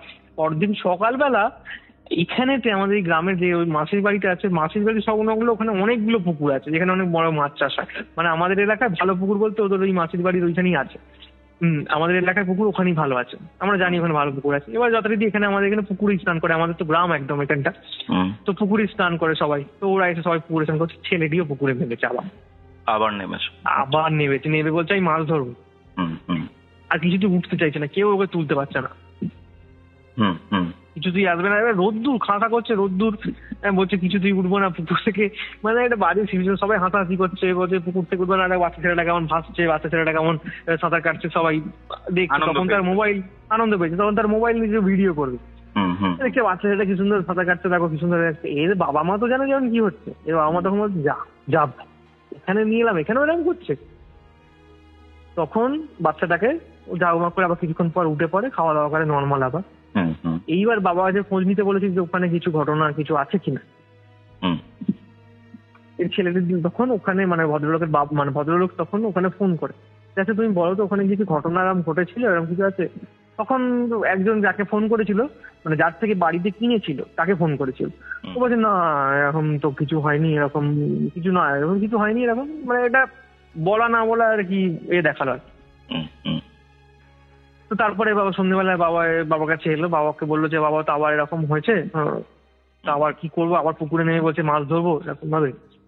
তখন বাবা ওদেরকে সঙ্গে আমাদের এখানকার একটি প্রতিকার দেন আর কি, বলে এটা তুমি নিয়ে গিয়ে তোমাদের বাড়ির ঈশান কোণের মাটিতে এটি পুঁতে দেবে, ঈশান কোণের মাটিতে পুঁতে দেবে। আর আমি অভয় দিচ্ছি বা আমি বলছি যে আর কিছু হবে না, তোমাদের আর কিছু খুব একটা অসুবিধা হবে না, কিন্তু এর একটা সলিউশন দরকার। হ্যাঁ, এর একটা সলিউশন দরকার, তার জন্য আমাকে হয়তো একবার যেতে হতে পারে বলেছিলেন। বাবা এখন আর খুব একটা স্পটে যায় না, কোথাও যান না আর কি, কিন্তু ওই তখন তো খুবই যেতেন আর কি, তখন তো বয়স অল্প ছিল, খুবই যেতেন। বাবা তখন বললেন যে আমাকে হয়তো স্পটে যেতে হতে পারে তোমাদের ওখানে। বললো ঠিক আছে বাবা, আপনি তাহলে কবে যাবেন বলুন। বাবা তখন বললো নেক্সট অমাবস্যা মিটলে আমি তারপর যাবো, তোমাদেরকে এখন কটা দিন তোমায় চালাতে হবে এইভাবে। ওরা বাড়ি ফিরে যায়, বাড়ি ফিরে যাওয়ার পর আর কোনো রকম কিন্তু বাড়ির ক্ষেত্রে ওই মহিলা কাঁদা বা আর কিছু হয়নি। এবার ওরা যেতেই 2-3 দিন পর গেছে, যেতেই 2-4 জন বাড়ির পাশের যারা ছিল, যারা ফোন করেছিল যে এরকম বাড়ির মধ্যে এরকম কেউ কাঁদছিল, ওরা সব বেরিয়েছে বলছে তোমাদের বাড়ি দেখতে এসে, বলছে চলো ঢুকবে, চলো কেউ কাঁদছিল কিনা ভুল শুনেছো, তোমরা কি শুনেছো। ওরা দর তালা করে ঢুকেছে, বাড়িতে কেউ কিচ্ছু নেই, পরিষ্কার বাড়ি যেমন রেখে গেছে তেমন। তখন এরাও তখন যারা পাশের বাড়ি শুনেছিল তারাও ভয় পেতে লাগলো যে কিছু তো একটা এই বাড়ির মধ্যে আছে, কারণ এতদিন তো প্রকাশ পায়নি ব্যাপারটা। এইবার ও কি করলো, ওই দিন ওরা ওখানে পৌঁছে যাওয়ার পর একটু সন্ধ্যে হতে, মানে যেহেতু যদি কেউ দেখতে পাই ঈশান করে পৌঁছছে, তাহলে তো ওদের সন্দেহ আরো হয়ে যাবে যে না ভূত প্রেত কিছু ব্যাপার আছে, আর এরা ওই সমস্ত ক্রিয়াদি করছে ওই সময়ের জন্য। সেই জন্য বাবা কি করলো, লুকিয়েই ওই ঈশান কোণেতে খুঁড়ে এক কোণই যেটাকে বলে হাতের মানে আঙুল থেকে কোণই পর্যন্ত বাবা নির্দেশ দিয়েছিল ওই ততটা গর্ত করবে, গর্ত করে ওখান থেকে 3টে মানে চিমটি করে মাটি তুলবে 3বার, 1বার 2বার 3বার মাটি তুলে যে জিনিসটি দিয়েছে তার সঙ্গে মেশাবে, মিশিয়ে ওই পুরো জিনিসটি ওই গর্তে ঢুকিয়ে মাটি চাপা দিয়ে দেবে। এটা করতে বলেছি। তো মাটি চাপা দিয়ে দেওয়ার পর আর কিছু হয়নি। তো অমাবস্যা চলে গেল, ছেলেটি কিন্তু আর কিছু করেনি ওখানে যাওয়ার পরেও, আর কোনো কান্নার আওয়াজও নেই, কিচ্ছু নেই। বাবা তখন ওরা তখন মানে জানালো এরকম ভাবে ফোনেতে, তখন ওই সেই ল্যান্ড ফোন ছিল, পিসিও থেকে ফোন আসতো, ওই মানে এসটিডি বুথ হতো না, সেই কাঁচের ঘর দিয়া, তখন আমাদের দিকে ওরকম কাঁচের ঘর থাকতো, ঘরের দোকান থাকতো, কোনো দোকানেতে তারা এরকম এসটিডি টেলিফোন বুথ, সেখান থেকে ফোনে কথা বলতে হতো, টেলিফোনে ফোন আসতো, ল্যান্ডলাইন। তো এরকম ওখান থেকে ফোনে কথাবার্তা হয়েছে, হওয়ার পর ওরা আমাদেরকে জিজ্ঞাসা করতে এসেছে যে কবে যাবেন। বাবা আমার বোন এরকম জিজ্ঞাসা করছে, বোন এবং বোনের হাসবেন্ড, আপনি কবে যাবেন। তখন বাবা একটা ডিটেল যে আমি অমুক দিনে যাবো ওখানে। বলে আমার উলুবেরিয়ায় ওখানে একটি কাজ আছে, বাবার শিষ্য বাড়ি আছে 58 গেট। বললো 58 গেট যেখানে সবাই বেড়াতে যায়, তো 58 গেট থেকে ওখানে বেলতলা বাড়ির জায়গা আছে, ওখানে বাবার শিষ্য বাড়ি আছে। তো বাবা ওই শিষ্য বাড়িতে ওখানে একটি পুজো থাকে, বাৎসরিক পুজো থাকে, বাবা ওটা করবেন, করে ওখান থেকে তোমাদের বাড়ি থেকে যাবে, দিয়ে বাবা ফিরে আসবে। তো বাবা ওখানে পৌঁছানোর পর কথাবার্তা সমস্যাকে বলে সব ঘুরে দেখেন, যে এরকম বাড়ি পুকুরগুলো সব ঘুরে দেখেন। ঘুরে দেখা পাচ্ছেন তুমি কাদের থেকে, বাবা জিজ্ঞাসা তুমি কাদের থেকে জায়গাটা কিনেছি, ওকে জিজ্ঞাসা করে যে তুমি কার থেকে কিনেছিলে জায়গাটা। তখন ওই এটি বলে যে লোকটি বলে যে এরকম পাশের পাড়াতেই থাকে ভদ্রলোক, ওদেরই জায়গা ছিল, ওরা ওখানে নতুন বাড়ি করেছে, এই বাড়িটি ভাড়া দেয়, আমার আগেও 2-1 ভাড়া ছিল, তারপরে আর আমরা এসেছি আর কি। বললো তারা কতদিন ছিল ওখানে এই বাড়িতে ভাড়া, বললো সেটা তো বলতে পারবো না, তাহলে ওকে ফোন করতে হবে। তো ওই ভদ্রলোককে ফোন করেছে, অনেকদিন ছিল, বলছে ওরা তো অনেক বছর ছিল, ওরা অনেক দিন ভাড়া ছিল, তারপর ওদের অসুবিধার জন্য চলে গেছে। ভদ্রলোক উড়িয়ে দেয়, এর পাশের বাড়ির একজন মহিলা সে এসেছিল, তাকে জিজ্ঞেস করছে আচ্ছা এর আগে কবে বিয়ে হয়, কতদিন ছিল এর পাশের বাড়ি ভদ্রলোক যারা ভাড়া ছিল। আচ্ছা। তখন ও বলে বেশি দিন নয়,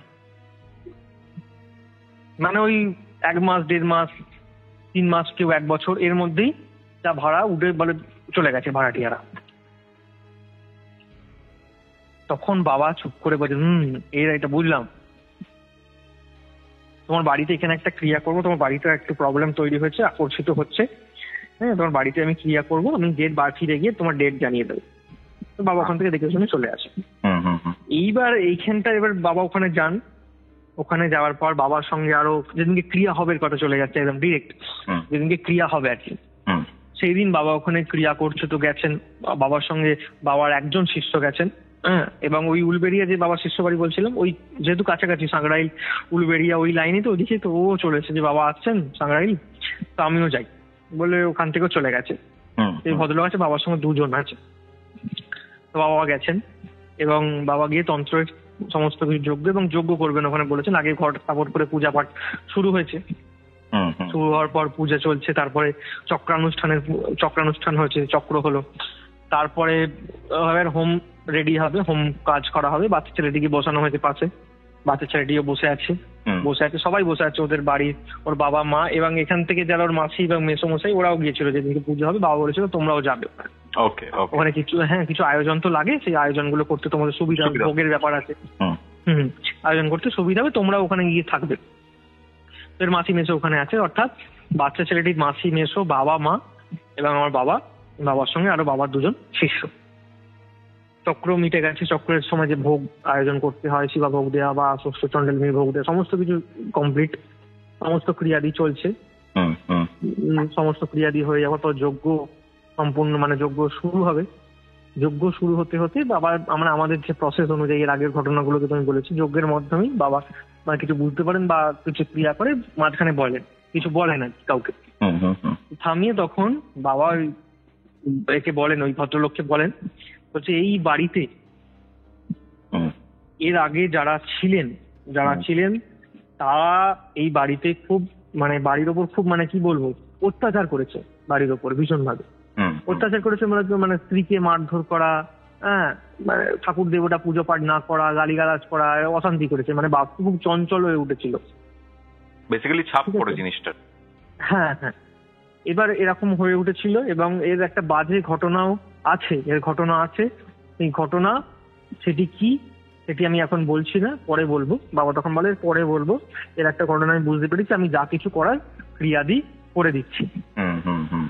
এবার ওই ছেলেটিকে নিয়ে ক্রিয়াদি করে। এইবার ছেলেটিকে যখন ওই হোমেতে আহুতি দেওয়ার জন্য বাবা ওর হাতটি ধরে, ছেলেটি আবার সেই প্রথমে একবার বলছে মাছ ধরবো, একবার বলছে পুকুরে যাব, একবার বলছে মাছ ধরবো, একবার বলছে পুকুরে যাবো, পুকুরের কাছে যাবো, পুকুরের কাছে যাবো, মাছ ধরতে যাবো, এরকম একবার বলছে আমাকে ডাকছে আমাকে পুকুর কাছে যাবে, এরকম করে। বাবা ওকে একটা চড় মারে তখন ছেলেটিকে, বাচ্চাটাকে চড় মারে ঠাস করে, চড় মারতি বাচ্চাটি আবার কথা বলা বন্ধ, মানে ওইসব বলা বন্ধ করে দিল। বাবা ওই ওকে যজ্ঞে আহুতি দেওয়ালো, ওকে প্রতিকার হলো, সমস্ত কিছু দেহ বন্ধন করে সমস্ত যা কিছু করার ক্রিয়া দিক হলো, এবং ওখানে বাবা একটা ত্রিশূল প্রতিষ্ঠা করলো ওর বাড়িতে ঠাকুরের জায়গায়। এবার তন্ত্রের এই আচার আচরণ গুলো পুরোপুরি কমপ্লিট, যজ্ঞ মিটে গেছে, কমপ্লিট মিটে গেছে, যজ্ঞের আর কিছু কোনো কিন্তু বাধা কিছু হয়নি, সমস্ত প্রভাব মানে জিনিসটা মুছে গেল, মানে পুরো কমপ্লিট কাজ শেষ, মানে একদম সম্পন্ন হয়েছে ব্যাপারটা। হ্যাঁ একদম এক কাজেরই কাজ সম্পন্ন হয়ে গেছে। এইবার বাবা এবার রেস্ট নেবেন, বসেছেন, সবার সঙ্গে আলোচনা হচ্ছে। এইবার তখন বলেন তুমি কালকে সকালবেলা যে এই বাড়ির যে যার থেকে কিনেছো তুমি তাকে সকালবেলা ডাকবে, সকালবেলা ডাকবে, বলে কিছু বলবে না যে কি এসেছে কি আসেনি। ওনারা কি বেসিক্যালি কিনেছিলেন না ভাড়া ছিলেন? ভাড়া ছিলেন, বাড়ির কি ভাড়া ছিলেন, ভাড়া নিয়েছে, কিন্তু বাড়ির মালিক তাকে ডাকবে না। কিনেছিলেন বললে আমি ওই জন্য, না কিনেন, সরি ভাড়া ছিল, ভাড়াটি আর কি ওরা। তো ওরা ওখানেতে লোকটিকে পরের দিন ফোন করে ডেকেছে সকালবেলা। বাবা বলে দিয়েছিল যে কি আছে না আছে আমি যে এসব কিছু বলবেন, একটু দরকার আছে, একটু দরকার আছে, কথা বলার আছে। এবার ওই ভদ্রলোক এসছেন, খুব চতুর লোক, এসছেন, এবার এসে বাবাকে দেখে বা আরো 2-4 জনকে দেখে তো একটু ঘাবড়ে গেছে। এবার বসেছে ঘরের মধ্যে, সামনেটা ঘরের মধ্যে, বলে বাবা বিছানায় বসে আছে, সবাই বসেছে। এবার বাবাকে বলছে তোমার নাম কি? বাবা খুব রাগী এবং বুড়ো ছিল সেই সময়, এখন একটু মানে বয়সের কারণে একটু আস্তে কথা বলেন সবার সঙ্গে, কিন্তু তখন খুব উগ্র ছিলেন, খুব রাগী ছিলেন ভীষণ ভাবে। একটু কেউ কথা বলে তাকে মানে হোমের সময় কেউ কিছু ভুল করলে হোমের জ্বলন্ত কাঠ ছুঁড়েও মেরেছে অনেকজনকে, এরকম আছে। আচ্ছা। তো খুবই উগ্র ছিলেন সেই সময়। তোমার নাম কি? তখন বলে ভদ্রলোক তার নাম বলে, কি লাহিড়ী সম্ভবত নাম ছিল ভদ্রলোকের, বাবা বলছিলেন নামটা তার, কি লাহিড়ী এরকম নাম ছিল। আমার এরকম লাহিড়ী। বলছি তুমি কোথাও থাকো? হচ্ছে আমার পাশের পাড়াতেই আমি বাড়ি করে, নতুন জায়গা কিনে বাড়ি করে গেছি, এই বাড়িটি ভাড়া দিই। বলে এই বাড়িটিতে এর আগে যারা ভাড়া ছিল কি ঘটনা হয়েছিল আমাকে তুমি সত্যি বলবে, সত্যি তোমায় বলতে হবে, কি হয়েছিল ঘটনাটা বলো, আমাকে বলো, আমি কিন্তু সব জানি। তখন ভদ্রলোক বলে না তো কিছু হয়নি। তখন বাবাকে বলছে, এটা ওই বাবা যারা শিষ্য ছিল সবাই শুনছে, বলছে কেন এই বাড়িতে যে স্ত্রী তাকে এখানে মারধর করা হতো না? তখন ওই ভদ্রলোক চুপ করে গেছে। আমাকে প্রথম ভেবেছিল হয়তো কে ওরা বলছে তান্ত্রিক ফান্ত্রিক এমনি এসছে, যাওয়া বাড়া কিছু উড়িয়ে দিচ্ছে, হাওয়ায় কথা বাতাচ্ছে, কিছু বলছে। তখন বাবাকে বললো যে এই বাড়িতে কেউ মানে বাড়ির স্ত্রীকে কেউ অত্যাচার করতো, মারধর করতো, তুমি জানো না? তখন ভদ্রলোক চুপ করে গেছে। কিছুক্ষণ চুপ করে বলছে তুমি বলো তাহলে পুরোটা ঘটনাটা বলো আমাকে, আমি কিন্তু সব জানি, এদেরকে বলো খুলে। তখন ওই ভদ্রলোক পুরোটা কনফেস করলো যে এরকম এই বাড়িটিতে একজন পুরুষ এবং মানে একজন ভদ্রলোক এবং ভদ্র মহিলা আসে, তাদের বাচ্চাকে নিয়ে ভাড়া নিয়ে এখানে থাকতো। এই বাচ্চাটি মানে তার বাবা খুব ড্রিঙ্ক করতো এবং ওই ভদ্রলোক হচ্ছে খুব দুশ্চরিত্র ছিল আর কি, অন্যান্য জায়গায় আরো মানে মহিলা টহিলা ছিল তার নিজস্ব রাখাটি যাকে বলে আর কি। তো ওই ভদ্রলোক ওই তার স্ত্রীকে খুব মারধর করতো, বাড়ি থেকে বার করে দিত, হ্যাঁ এই সমস্ত কিছু করতো। এবং ওই ভদ্র মহিলাকে বেশিরভাগ দিনই রাত্রিবেলা বাড়ি থেকে বাইরে বার করে দিত, এরকম করতো। তো একদিন খুব মারধর করে খেতে ফেতে দেয়নি, ওই ভদ্রমহিলা কি করে, ও সোজা গিয়ে পুকুরে এই সামনে ওই দিঘিতে গিয়ে ঝাঁপ দেয়, ঝাঁপ দিয়ে সুসাইড করে, ঠিক আছে, আত্মহত্যা করে। এবং আত্মহত্যা করার পর ওখানে লাশটি মানে কেউ ওই সময় ছিল না আশেপাশে, তখন রাত্রিবেলা তো কেউ বুঝতে পারেনি, বডি ভেসে ওঠে। এবং ওই ভদ্রলোক কত বড় পিসার যাকে বলে, যাকে ভাবো তুমি মানে অমানুষ, সে কিন্তু একবারও বাঁচাতেও যায়নি,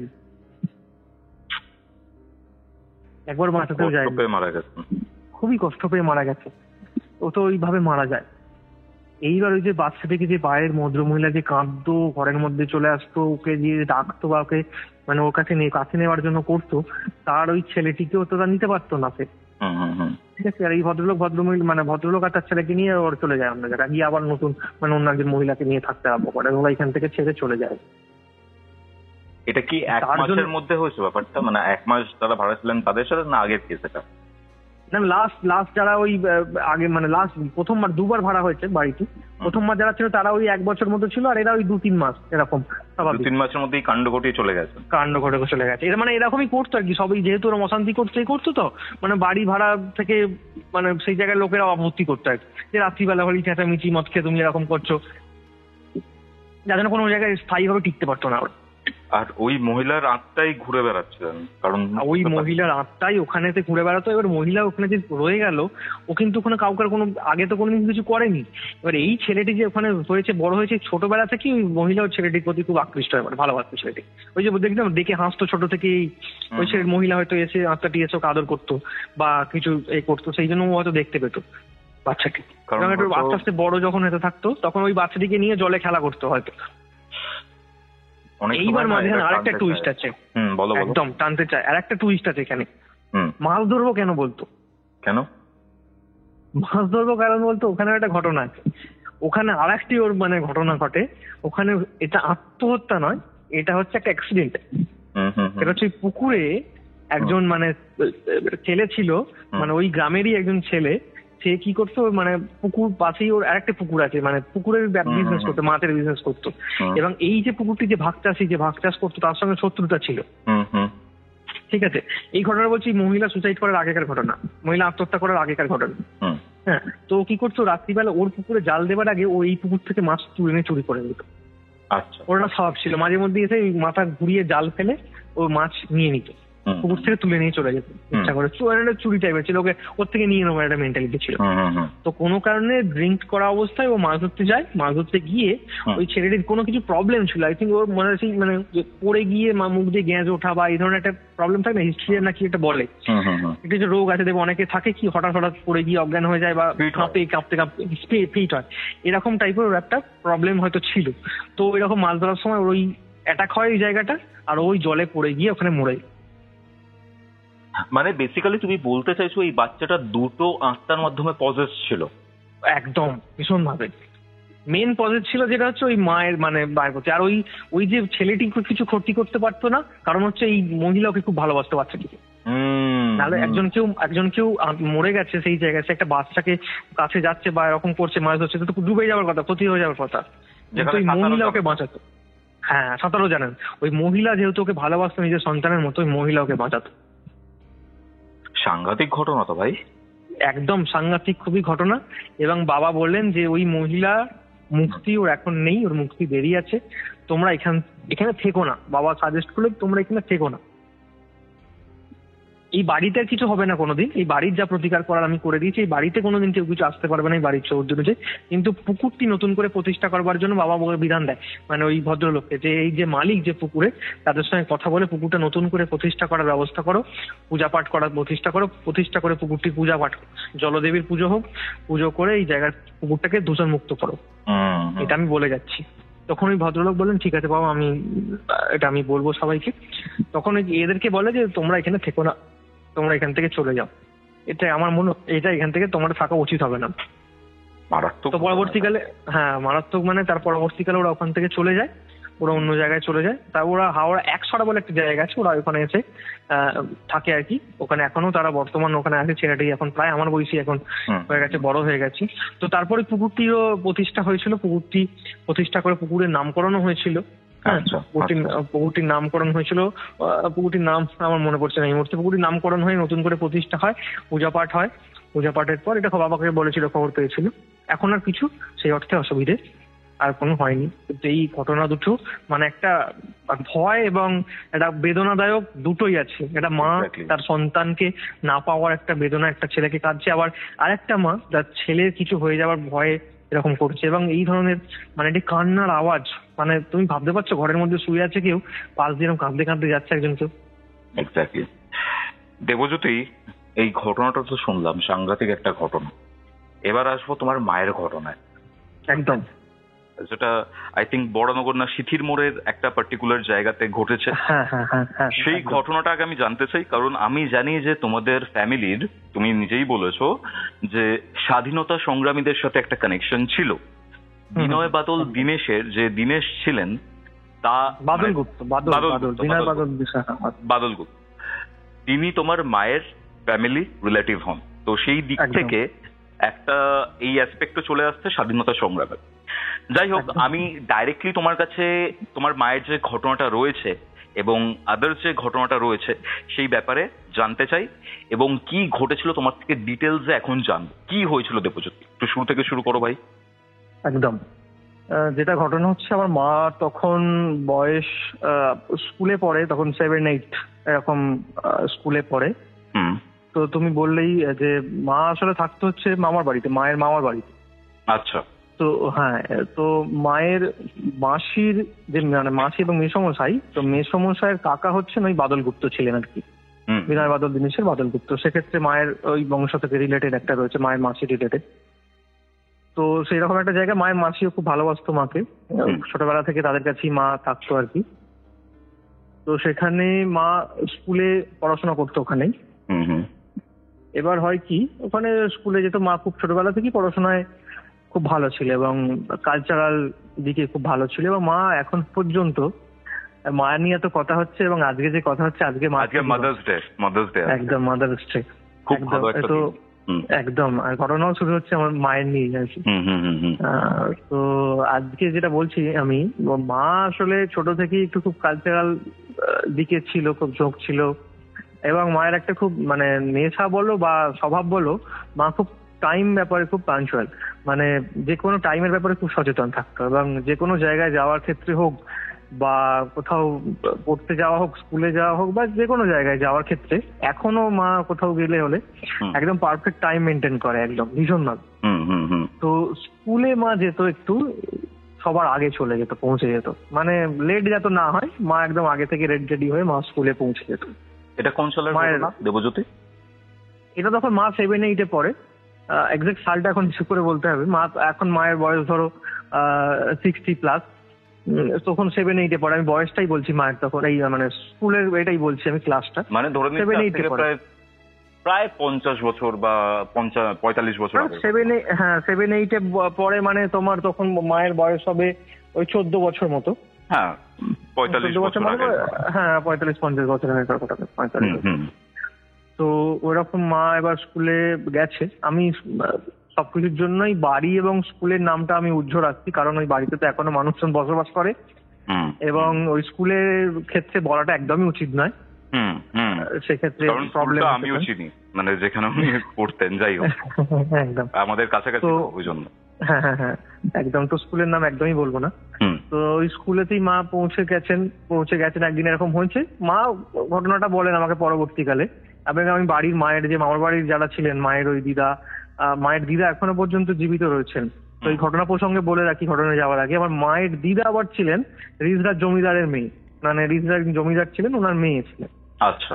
তো উনি এখনো পর্যন্ত জীবিত আছেন, ওই মায়ের দিদা, আমার মায়ের দিদা জীবিত আছেন। তো উনিও বলতেন এই ঘটনাগুলো, অনেক শুনেছি, ছোটবেলা থেকেই অনেক শুনেছি এই ঘটনাটা, পুরো মায়ের আজকে যেটা বলতে যাচ্ছে।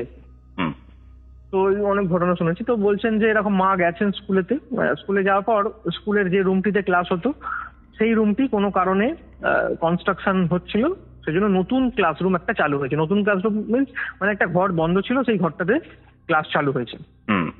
যে ঘরটা পুরোনো ক্লাস হতো সেটাই বন্ধ, এখন নতুন ক্লাসে হচ্ছে। 2-3 দিন হয়েছে মা গেছে। তো 3 নম্বর দিন মা যখন ঢুকেছে, সবার আগে গেছে, মা দরজা খুলে ঢুকেছে। জানালাগুলো যেগুলি, সেগুলি হঠাৎ হঠাৎ করে খুলে যেতে শুরু করে, মানে কেউ নেই ঘরের মধ্যে, কারণ আগে চলে গেছে কোনো। হ্যাঁ, আগে চলে গেছে, কেউ নেই ঘরের মধ্যে, না আছে আশেপাশে কোনো হাওয়াও নেই। জানালাগুলো খুলে যাচ্ছিল হঠাৎ করে। মা সেটা দেখে একটু ঘাবড়ে যায়। মা আমাকে বলছে যে আমি একটুখানি ঘাবড়েও গিয়েছিলাম, কিন্তু তখন আর কতটা মাথায় ওসব আসবে।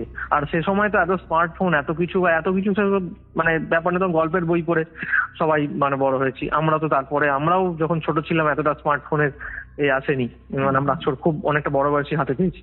তো 7-8-এ পরে তখন অতটাও তার ম্যাচুরিটি অনেক ছিল না যে এখানে কি হতে পারে, প্রেতাত্মা থাকতে পারে, ভূত হতে পারে, এরকম কোনো কিছু নেই মাথায়। হঠাৎ জানালাগুলো খুলে যেতে শুরু করে। মা তখন কি করে, একটু ঘাবড়ে গিয়েই ঘর থেকে বেরিয়ে আসে। এবার ঘরের বাইরেই মানে বারান্দা টাইপের আছে, লম্বা, পাশে ঘর আছে আরো। ঘরটি খুব ছোট ছিল, মানে যে ঘরটি খুব ছোট, আর এবার বেঞ্চ গুলো কিন্তু ওখানে কোনো বেঞ্চ ছিল না, ঘরের মধ্যে বেঞ্চ একদমই ছিল না, ফাঁকা ঘর ছিল। সেখানে বেঞ্চ ইনক্লুড করা হয়েছিল অন্য রুম থেকে, মানে যে পুরোনো ক্লাসরুমে ক্লাস হতো সেখান থেকে বেঞ্চ গুলো ওই নতুন ক্লাসরুমটাতে নিয়ে যাওয়া হয়েছিল। তো মা ঘর থেকে বেরিয়ে আসার পর এবার ওই সিঁড়ি দিয়ে নেমে আসতে গেলে, মানে ওই সবকটা পাশের রুমগুলো ক্রস করে এসে ওই ওপরটাতে কিন্তু কেউ নেই, ওই ফ্লোরে কেউ নেই, এবং সিঁড়িতে একটা পাশ দিয়ে সিঁড়ি নেমে আসছে।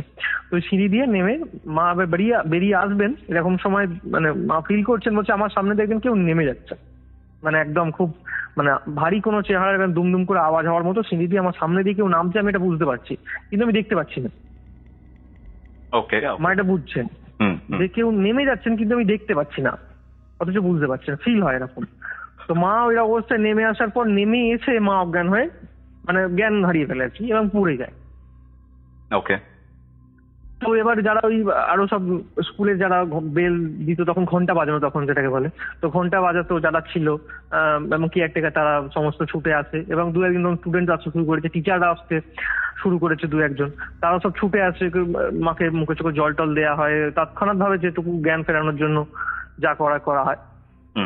পরে বাড়ির লোকে খবর দেয়, হেড মানে যিনি ছিলেন স্কুলের হেড টিচার, উনি এসে বাড়িতে খবর দেওয়া হয়, বাড়ি থেকে বাড়ির মানুষজন যায় নিয়ে আসার জন্য। তারপরে ট্রিটমেন্ট হয়। মা সেদিন আর স্কুল থেকে বাড়ি ফিরে আসে, স্কুলে সেদিনকে ক্লাস করেনি। তো পরে সন্ধ্যেবেলায় মাকে তখন জিজ্ঞাসা করে, যে এরকম সবাই জিজ্ঞাসা করে, মায়ের ওই মাসি আর কি, যিনি বললাম ওই বাদল গুপ্তের মানে বাদল গুপ্ত যার কাকা শ্বশুর হন হিসাব মতো ধরতে গেলে, ওই মায়ের মাসি জিজ্ঞাসা করেন মাকে যে এরকম কি হয়েছিল তোর, তুই এরকম হঠাৎ করে এরকম শরীর খারাপ কিছু হয়েছিল বা কিছু না খেয়ে গিয়েছিলি নাকি? মা তো না খেয়ে যায়নি, মা খাওয়া দাওয়া করেই গেছিল, মা খুব খেতে ভালো পছন্দ করতেন, তো খাওয়া দাওয়া করেই গিয়েছিল, কোনো অসুবিধা ছিল না শরীরে। এবং পরবর্তী ডাক্তারও বললো যে না কোনো রকম কিছু প্রবলেম নেই শরীরের মধ্যে, কিছুই প্রবলেম নেই শরীরের মধ্যে, যে হতে পারে গ্যাস ট্যাস থেকে অনেক সময় মাথা হতে পারে, ঘুরতে পারে, হ্যাঁ অজ্ঞান হয়ে যেতে পারে, যে কোনো কিছু হতে পারে, না কিছু হয়নি। তখন মাকে জিজ্ঞাসা করে, ওরা একটু সন্দেহ হয় বাড়ির লোকে যে কিছু হয়নি, ডাক্তার বলছে কিছু হয়নি, হঠাৎ করে অজ্ঞান হয়ে গেল, আর স্কুলে গিয়ে আবার নিচেই বা নেমে এলি কেন? মা তখন বলে যে এরকম আমি ঘরে নতুন ক্লাসে ঢুকেছি, ঢুকার পর দেখলাম যে দরজা আমি খুলে ঢুকলাম, যে জানালাগুলো যতগুলো ছিল সবগুলো মানে নিজে থেকে খুলে যেতে শুরু করলো, আপনার খুলে যাচ্ছে। হ্যাঁ আপনার খুলে গেছে। বলো তারপর বলছে তারপর আমি রুম থেকে বেরিয়ে আসি, বেরিয়ে এসে এবার আমি একটু ভয়ের মতো পেয়েছিলাম, একটু কি করে বুঝতে পারিনি, সেজন্য নিচে ওই যিনি মানে ঘন্টা দেন ওই কাকুকে ডাকতে যাবো বলে যাচ্ছিলাম, আমার সিঁড়ি দিয়ে সামনে দিয়ে মনে হচ্ছিল কেউ নেমে যাচ্ছে, খুব ভারী চেহারা কেউ একজন নেমে যাচ্ছে, কিন্তু আমি দেখতে পাচ্ছিলাম না কাউকে, কিন্তু আমি বুঝতে পারছি যে একজন নামছেন আমার সামনে দিয়ে, আমি ঠেলে এগিয়েও যেতে পারছি না, আমি ছুটে যেতেও পারছি না, আবার আমি ওখান থেকে সরতেও পারছি না, কিন্তু একজন সামনে দিয়ে যাচ্ছে এরকম। তো ওইটা হওয়ার পর আমি এসে মানে ওখানে হঠাৎ করে কি হলো সিঁড়ি দিয়ে নেমেই আমি মানে আমার আর কোনো কিছু যেই আমি তো কিছু জানি না। তারপর এই ঘটনা ঘটে, এই ঘটনা ঘটার পর মায়ের ওই মাসি কি করেন, ওই পাশেই একজন ওই একটু গা ঝাড়া তেল পোড়া এই সমস্ত জল পোড়া এইসব দেয় না, নুন পোড়া এইসব যারা দেয় ঝাড়ফুঁক করে আর কি, তার কাছে যান, ওখান থেকে কিছু দেন ওই ঝাড়ফুঁকের জন্য তেল বা জল এইসব দেন মাথায় ছিটানোর জন্য, মাকে ওইসব দেওয়া হয়। তো যেদিন এই ঘটনাটা ঘটছে ওই সন্ধ্যেবেলা ওখানে শোনার পরেই সঙ্গে সঙ্গে মায়ের মাসি ওখানে থেকে গিয়ে নিয়ে এসে এবার মায়ের মাথা সব দেওয়ার পর ঠিক আছে নর্মাল খাওয়া দাওয়া করেছে মা, খাওয়া দাওয়া করে এবার শুয়ে পড়েছে। এবার রাত্রিবেলা, সেই দিন রাত্রিবেলা তোমার মাঝরাত, তখন অনেকটাই রাত্রি, সেই সময় মা হঠাৎ করে বলছে মানে সবাই দেখছে যে মা বাড়ি থেকে ঘর থেকে বেরিয়ে এসে মানে সামনে যে ডাইনিং জায়গা যেখানে সোফা টোফা রাখা থাকে বসার জন্য, ঠিক সোফার পাশে নিচে বসে আছে ঘুম থেকে উঠে এসে। ওকে ওকে। তো সবাই যারা বুঝতে পারেনি মায়ের পাশে মায়ের মা মানে আমার দিদা শুয়েছিল, দিদা দেখছে নেই, মা দিদা বেরিয়ে এসে দেখছে, বলছি তুই এখানে বসে আছিস কেন, এখানে রাত্রিবেলা এখন এসে বসে আছিস কেন এখানে তুই? ও তখন বলছে যে আমাকে ঘন্টা দিতে হবে, ঠিক এই ল্যাঙ্গুয়েজটা। আচ্ছা আচ্ছা, আমাকে ঘন্টা দিতে হবে। দিদা তখন অতটা মানে খুব একটা কথাটা বলে মানে সন্তুষ্ট হয়নি আর কি, কেমন লেগেছে, একটা সন্দেহজনক লেগেছে। ঘন্টা দিতে মানে কিসের ঘন্টা দিবি তুই এখন রাত্রিবেলা, তুই ঘন্টা কিসের জন্য দিবি, কি ঘন্টা দিবি মানে? মা তখন কোনো কথা বলেনি, আর মাথা নিচু করে চুপ করে বসে আছে, আর কোনো কথা বলেনি। তখন কিছু মানে প্রবলেম দেখে তো মা তখন মানে দিদা তখন দিদা তখন আমার দাদুকে ডাকে, মামা বাড়ির দাদুকে ডাকে, দাদু ওখানে থাকতেন আর কি মানে শ্বশুর বাড়িটাকে। তো দাদু যায়, দাদু বেরিয়েছেন, দাদু খুব মানে রাজভারী লোক ছিলেন এবং দাদুর খুব মানে গোঁপ ছিল, মানে একদম ভয়ঙ্কর টাইপের, ওপর দিকে পাকানো মোছালো, একদম গোঁপ ছিল এবং খুব হাট্টা খোট্টা চেহারার একজন মানুষ ছিলেন, খুব রাগী একজন মানুষ, লাঠি খেলা জানতেন। হ্যাঁ, তো দাদুকে সবাই ভয় পেত, প্রত্যেকে ভয় পেত, একটু মানে সেই রকমই চেহারা নিয়ে থাকতো আর কি দাদু। তো ওই দাদু তখন জোর করেই মাকে চাগিয়ে ঘরের মধ্যে নিয়ে যায় এবং দাদুর কাছ থেকে পরবর্তীকালে শোনা যায় যে মা তখন মায়ের নাকি ওজন যা ছিল দাদু খুব মানে নিয়ে যেতে খুব বেগ পেতে হচ্ছিল, মানে দাদু খুব বললাম লাঠি খেলা জানতো, খুব চেহারা ছিল, তো দাদুরও মাকে চাগিয়ে নিয়ে যেতে খুব অসুবিধা হচ্ছিল, বডির ওয়েট এতটা বেড়ে গেছে, বেড়ে গেছে। আমি এখন কথা বলতে বলতে এখন পূজা চলছে, ঘন্টা বাজছে, তো এবার তখন নিয়ে যায় ভেতরে। তো সেই দিন আর কোনো কিছু অসুবিধে হয়নি, কোনো রকম আর কিছু রাত্রি হয়নি, মা ওখানে নিয়ে যাওয়ার পর ঘুমিয়ে গেছে। কিন্তু এই ঘটনাটা উল্লেখযোগ্য যে দাদু যেটা বেগ পেতে হয়েছিল মাকে জাগাতে, কিন্তু অথচ মায়ের চেহারা গরম, খুব রোগাটে টাইপের ছিল সেই সময়, তাও তুলে নিয়ে যেতে পারছিল না। তো এটা হয়, পরের দিন সকাল হয়, মা আবার স্কুলে যথারীতি নর্মাল, মা স্টুডেন্ট হিসেবে ভালো ছিল, ফার্স্ট সেকেন্ড থার্ডের মধ্যে থাকতো সবসময়, তো স্কুল যাওয়ার জন্য রেডি। আর বাড়ির লোক অতটা কিছু গুরুত্ব দেয়নি খুব একটা, যেহেতু জলপড়া দেওয়া হয়েছে, যাবে, স্কুলে তো যাবি, স্কুল থেকে তো বারণ করার কিছু নেই। কেটে গেছে ব্যাপারটা। কিন্তু আমার দিদার মনে কিন্তু একটা খটকা ছিল। আমার দিদা কিন্তু ভাবছিল যে না, পাঠানো হয়তো উচিত হবে না, বারণ করে সবাইকে, সবাই শোনেনি। যাই হোক, তখন একটা গ্রামাঞ্চলে হলে কি হয়, গ্রামাঞ্চলে হলে যেতে দিত না, একটা মাথার মধ্যে থাকবে যে এই কি হতে পারে না হতে পারে। একটু সবাই শহরাঞ্চলে ওই এলাকায় থাকতো, তখন তো একটু মডার্ন মেন্টালিটির মধ্যে থাকতো, অতটা ওই ভূত প্রেতের বাড়ির লোক তখন কেউ গুরুত্ব দেয়নি। কিন্তু যা হোক, একটা মেয়ে এরকম হচ্ছিল, তাই বাধ্য হয়ে ওই পাশের ওই ঝাড়ফুঁক ওঝাকে ডেকে এনেছিল আর কি। তো যা কিছু হবে না, তুই স্কুলে যা, এরকম বাড়ি থেকে বলে পাঠিয়ে দিয়েছে। তো মা স্কুলে গেছে, স্কুলে যাওয়ার পর আবার স্কুলের মধ্যে সেদিনে কিন্তু নর্মাল টাইম, সবাই এসে গেছে, সেই সময় গেছে। বাট টিফিন টাইম হচ্ছে সেই দিন, টিফিন টাইমে মা বাড়ি থেকে যে টিফিন নিয়ে গেছে, টিফিন খাচ্ছে, মায়ের টিফিনটা খেয়ে নিয়েছে, আর যে মায়ের যে বন্ধু বান্ধব ছিল তাদেরও টিফিন গুলো মা খেয়ে নিয়েছে।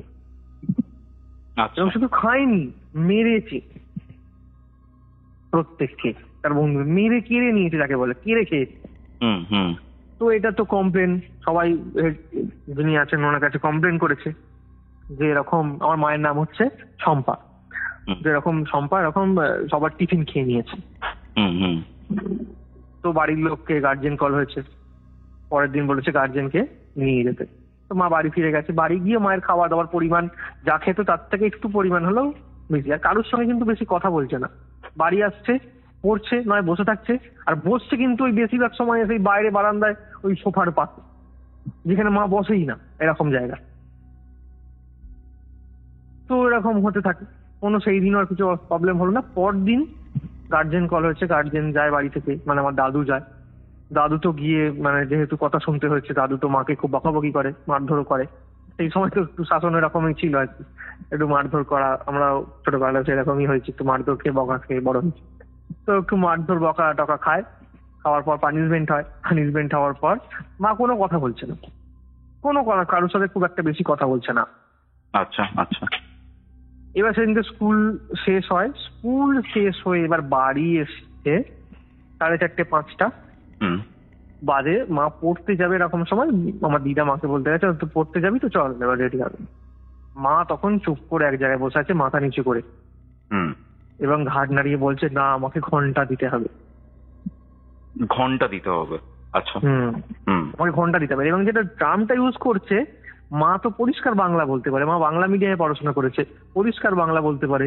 সেই জায়গায় দাঁড়িয়ে একজন ভাঙা বাংলা উচ্চারণ, মানে যে বাংলা ভালো বলতে পারে না, মানে বাংলা অল্প অল্প শিখছে, বাঙালি নয়, এইরকম কোন মানুষের বাংলার মতো করে বলছে আমায় ঘন্টা দিতে হবে।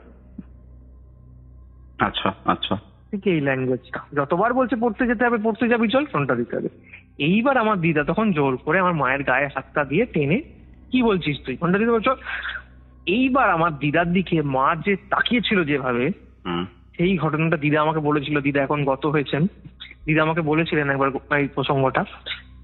মা যেভাবে তাকিয়েছিলেন, মায়ের ওই দৃষ্টিটা ভয়ঙ্কর রকমের ছিল, ভয়ঙ্কর। মানে আমার দিদা রীতিমতো ভয় পেয়ে রূপা পিছিয়ে যায়। আচ্ছা। পিছিয়ে দিয়ে বলছে, মা তখন বলছে তুই আমার গায়ে হাত দিচ্ছিস। গায়ে হাত? এবং সে, তুই আমার গায়ে হাত দিচ্ছিস। আচ্ছা আচ্ছা আচ্ছা। এটা বলে মানে মা, হ্যাঁ মা দিদাকে বলছে, মানে মায়ের মাকে বলছে তুই আমার গায়ে হাত দিচ্ছিস। এবং এটাও কিন্তু ভাঙা বাংলায়, মানে বাংলাটা স্পষ্ট নয়। মানে গায়ে হাত দিচ্ছিস, তুই কি করতে পারি জানিস, বা এরকম একটা কিছু বলেছিল। তো দিদা তো খুব ভয় পেয়ে কাঁদতে কাঁদতে, আমি কি সব বলছে এরকম করে, সবাইকে ডাকাডাকি করে। এবার আমার দাদু খবর যায়, আমার দাদুর মিষ্টির বিজনেস ছিল, তো দাদু দোকান থেকে ফিরে আসে।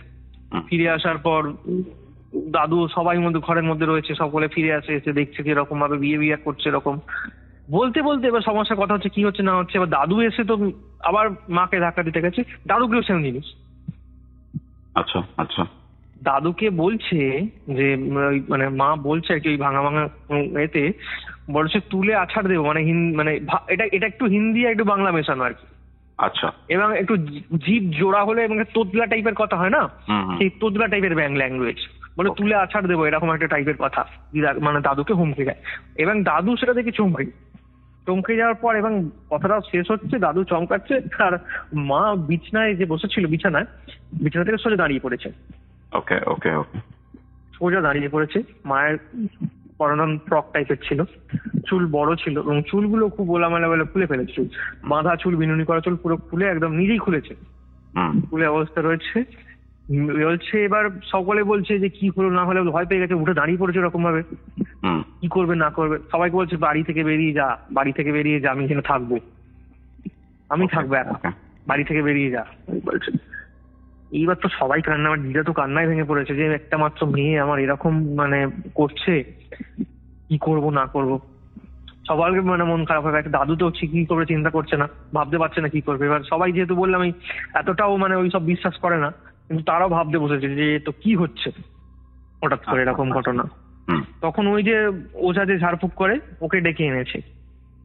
ওকে ডেকে আনার পর উনি ভদ্রলোক, মানে অনেক বয়স্ক খুব, এবং ওনার মানে নাম ছিল, মানে ওই বাচ্চারা ওই যেহেতু ওর বাড়িতে মানে যে বাড়িতে থাকতো খুব একটা ছোট্ট চালা ঘর, তার বয়স সেই সময় আমার মা বলে সেই সময় প্রায় 70-75 হবে। খুব চুল পেকে গিয়েছে, একদম সাদা ধবধবে চুল।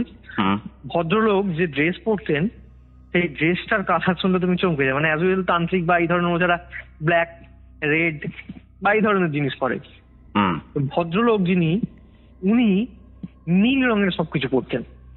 আচ্ছা আচ্ছা। নীল রং সমস্ত কিছু, ওপরের যে কুর্তা টাইপের যেটা বলো সেটা, এবং ধুতি যেটা পরতেন নীল রঙের।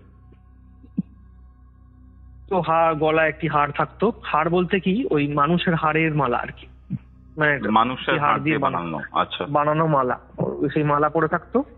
হাতের মধ্যে ওই মানে যেটা কবজি আর কি, সেই কবজির কাছে, রিস্টের কাছে ওখানে রুদ্রাক্ষ জড়ানো থাকতো সেই ভদ্রলোকের। আর কপালেতে সেই ভদ্রলোক ব্ল্যাক কালারে কোনো কিছু টিকা পড়তো, ইউজ করতো, মানে টিকা ইউজ করতো। আর ওনার হাতে চিমটা টাইপের জিনিস হয় না, যেগুলো ওই মানে অঘরি বা তন্ত্র সাধকের অনেক সময় ইউজ করে, চিমটা যেটাকে বলে, ওই টাইপের একটা জিনিস থাকতো। আর একটা কোমণ্ডল থাকতো। তো ওই জন্য ওকে একটু, যেহেতু বাংলাদেশের হার পরে থাকতো, আর ওই ঘরের মধ্যে, চালা ঘরের মধ্যে ওই আশপাশে তো সবাই দেখতো, ওই চালা ঘরের মধ্যে মরার মানে ফুলি যেটাকে বলে, মুন্ড, তারপরে হাড়, এসব থাকতো। তন্ত্র সাধনা করতেন, তন্ত্র সাধনা চর্চা করতেন। আর ওই লোকজন যেতেন ওই গা ধারা বা ওই সময়ের জন্য যা 2 পয়সা 1 পয়সা দিত, তাতে ওর সংসার মোটামুটি চলে যেত। আর কেউ ছিল না ভদ্রলোকের। তো ওনাকে ডেকে আনেন। উনি কে যে এরকম হচ্ছে, আপনি চলুন একবার, এরকম ভাবে। আর ওকে সবাই ছোট থেকেই ভূতের দাদু বলতো, যেহেতু ভূত নিয়ে কাজ করতেন। হ্যাঁ, ভূতের দাদু। ও এটা মজা করেই সবাই, বাচ্চারাও বলতো ওই ভূতের দাদু নাম হয়ে গেছে, ভূতের দাদু হয়ে গেছে। ভদ্রলোকের নামটা আমি মনে পড়ছে না, আমি মুহূর্তে মাকে জিজ্ঞাসা করেন নামটা কি ছিল, কিন্তু ওই ভূতের দাদু হিসেবে মা বলতো, আমরা ছোটবেলা থেকেই ভূতের দাদু বলতো। তো ওই ভূতের দাদু মানে গিয়েছিল আর কি। তো উনি এলেন। আসার পর ওনাকে দেখে আমার মা সঙ্গে সঙ্গে নিজের গালে নিজে চড় মারছেন। আচ্ছা আচ্ছা। নিজে চড় মারছেন, মানে ভয়ঙ্কর রকমের চড়, মানে গাল ফাটিয়ে ফেলবে এরকম চড়। আর এই ঘটনাটা আমাকে আমার মায়ের দিদা বলেছিলেন, বলছে ওই সব থেকে কষ্টদায়ক ঘটনা ছিল ওইটা, যখন মাকে এরকম ভাবে চড় মারছে। আচ্ছা, মানে মা নিজে চড় মারছে, নিজে চড় মারছে। বলছে এটা খুব, আমরা আটকাতে যেতে পারছি না, সামনে যেতে পারছি না, চড় মারছে। তো এইটা ওই ভদ্রলোকের সামনে হচ্ছে। সাধক যিনি এসছেন উনি সিদ্ধ একজন ছিলেন, কোনো পিশাচ সিদ্ধ হোক বা কোনো কিছু সাধনায়, উনি দশমহাবিদ্যার সাধনা করতেন, এবং কোনো সাধক উনি সিদ্ধি লাভ করেছিলেন, সেটা যে কোনো উপায় আর কি। তো উনি এসে দেখেন দাঁড়িয়ে সমস্ত কিছু, চুপচাপ, কোনো কথা বলছেন না, সবাই মানে উনি দাঁড়িয়ে দেখছেন। তারপর কয়েক মানে মিনিট যাওয়ার পর, প্রায় 15-20 মিনিট যাওয়ার পর এই ভদ্রলোক কিন্তু মায়ের দিকে তাকিয়েছিল। এইবার মায়ের সঙ্গে এই সাধকের আই কন্ট্যাক্ট হচ্ছে, চোখে চোখে তাকিয়ে আছে। মা কিন্তু আর কোন রকম চোখের পাতা ফেলছেন না, তাকিয়ে আছে, এবং দৃষ্টিটা ভয়ঙ্কর, জাস্ট ভয়ঙ্কর। মানে সবাই বলে, মানে শুনেছি, ভয়ঙ্কর দৃষ্টি ছিল আর কি। তো এমন একটা পরিস্থিতি, সবাই চুপ করে দাঁড়িয়ে রয়েছে। তো ওই ভদ্রলোক কিছুক্ষণ দাঁড়িয়ে থাকার পর বেরিয়ে এলেন ওখান থেকে। বেরিয়ে এসে আমার দাদুকে সকলকে বললেন, এবং মায়ের ওই যিনি মাসি ছিলেন সকলকে বললেন যে ওকে আপাতত ঘরে বন্ধ করে রাখো, তোমাদের নিচে যে ঘরটি রয়েছে সেই নিচের সংলগ্ন ঘরেতে বন্ধ করে রাখো ওকে। আমি বলা না পর্যন্ত ওকে খুলবে না, আমি আবার আসবো। তো বলে, তো বন্ধ করবো, কি নিয়ে যাবো কি করে এই অবস্থায়, ওকে তো যেতেই কাছে, একটু কেমন লাগছে। বলে কোনো অসুবিধা হবে না, যাও, চলে যাবে। বলে এবার আমার দাদু এবং বাড়ির আরো সব বাড়িতে যারা কর্মচারী ছিল এবং ওই দাদুর যে দোকান থেকে মিষ্টির কর্মচারী তারাও চলে আসে। এসে সবাই মিলে এবার মাকে নিয়ে আসার জন্য যায়। জাস্ট নিয়ে আসার জন্য যাচ্ছে, মা কিন্তু বিছানা থেকে সোজা নামলো, সোজা নেবে, নিজে হেঁটে যাচ্ছে বেরিয়ে ঘর থেকে, সোজা ঘর থেকে বেরিয়েছে সিঁড়ি দিয়ে নিচে নামলো। নিচে নেমে গিয়ে সোজা যে ঘরেতে ওই সাধক বলেছিল আর বন্ধ রাখার কথা, সেই ঘরেতে ঢুকে গেল। মানে অবিশ্বাস্য, যেন মনে হলো একদম মানে কোনো ম্যাজিক হলো। মা ওই ঘরের মধ্যে ঢুকে গেল। ঢুকে যাওয়ার পর সবাই ওই ঘরটা তালা বন্ধ করে দিয়েছে, মানে বাইরে থেকে আটকে দিয়েছে, যা কথা বন্ধু তালা আটকে দিয়েছে। ওই ভদ্রলোক চলে গেলেন। চলে যাওয়ার পর উনি আবার রাত্রিতে, তখন 10টা 10:30 এরকম বাজবে, বিকেল বেলা হয়েছে, মাকে পড়তে যাওয়ার চেষ্টা, এটা হতে হতে প্রায় সন্ধ্যে 7টা 8টা পর্যন্ত এরম চলেছে। তারপর ওই ভদ্রলোক ফিরে গেছেন, মাকে ঘরে বন্ধ করা হয়েছে। 10টার দিকে ভদ্রলোক এসে আবার বেল বাজায়। তো আবার ওনারা অপেক্ষা করছেন, বাড়ির সবাই যে আসবেন বলেছেন, তো এবার মেয়েটিকে তো বন্ধ করে রাখা হয়েছে, কি খাবে না খাবে। বাড়ির লোক ভাবছিল যে একবার যাই ওখানে, যে উনি তো আসবেন বলেছেন, রাত্রি হচ্ছে, কি করবো আমরা এখন। তার কথা ভাবতে ভাবতেই ওই ভদ্রলোক চলে আসেন, মানে সাধক চলে আসেন আর কি। আসার পর ওনার সঙ্গে অনেক কিছু ছিল, জিনিস অনেক কিছু ছিল বলতে ওনার মানে একটা মানে এসছিলেন যখন শুধু কুমুন্ডা চিনতে পাশেই তো আসার মানে এবার নেক্সট বার যখন এসছেন তখন রাত্রিবেলা, তখন ওনার কাছে ঝোলা নিয়ে এসছেন একটি, ঝোলা নিয়ে আসছেন এবং নিয়ে এসে এবং ওই দোরগোড়ার মধ্যে উনি ওই একটি লাল কাপড়কে পাচ্ছেন। এটা মানে খুব মানে মানে খুব ব্যাখ্যা করে এখন আমাকে আমার দিদা বলেছিল, মানে ওই লাল কাপড়টি পাতলো, পেতে তার মধ্যে সর্ষের যে বীজ হয় না, সর্ষে দানা, ঠিক আছে, সর্ষে দানা ছড়ালো ওই লাল কাপড়ের মধ্যে এবং কোন একটা মন্ত্র পাঠ করতে করতে ছড়ালো।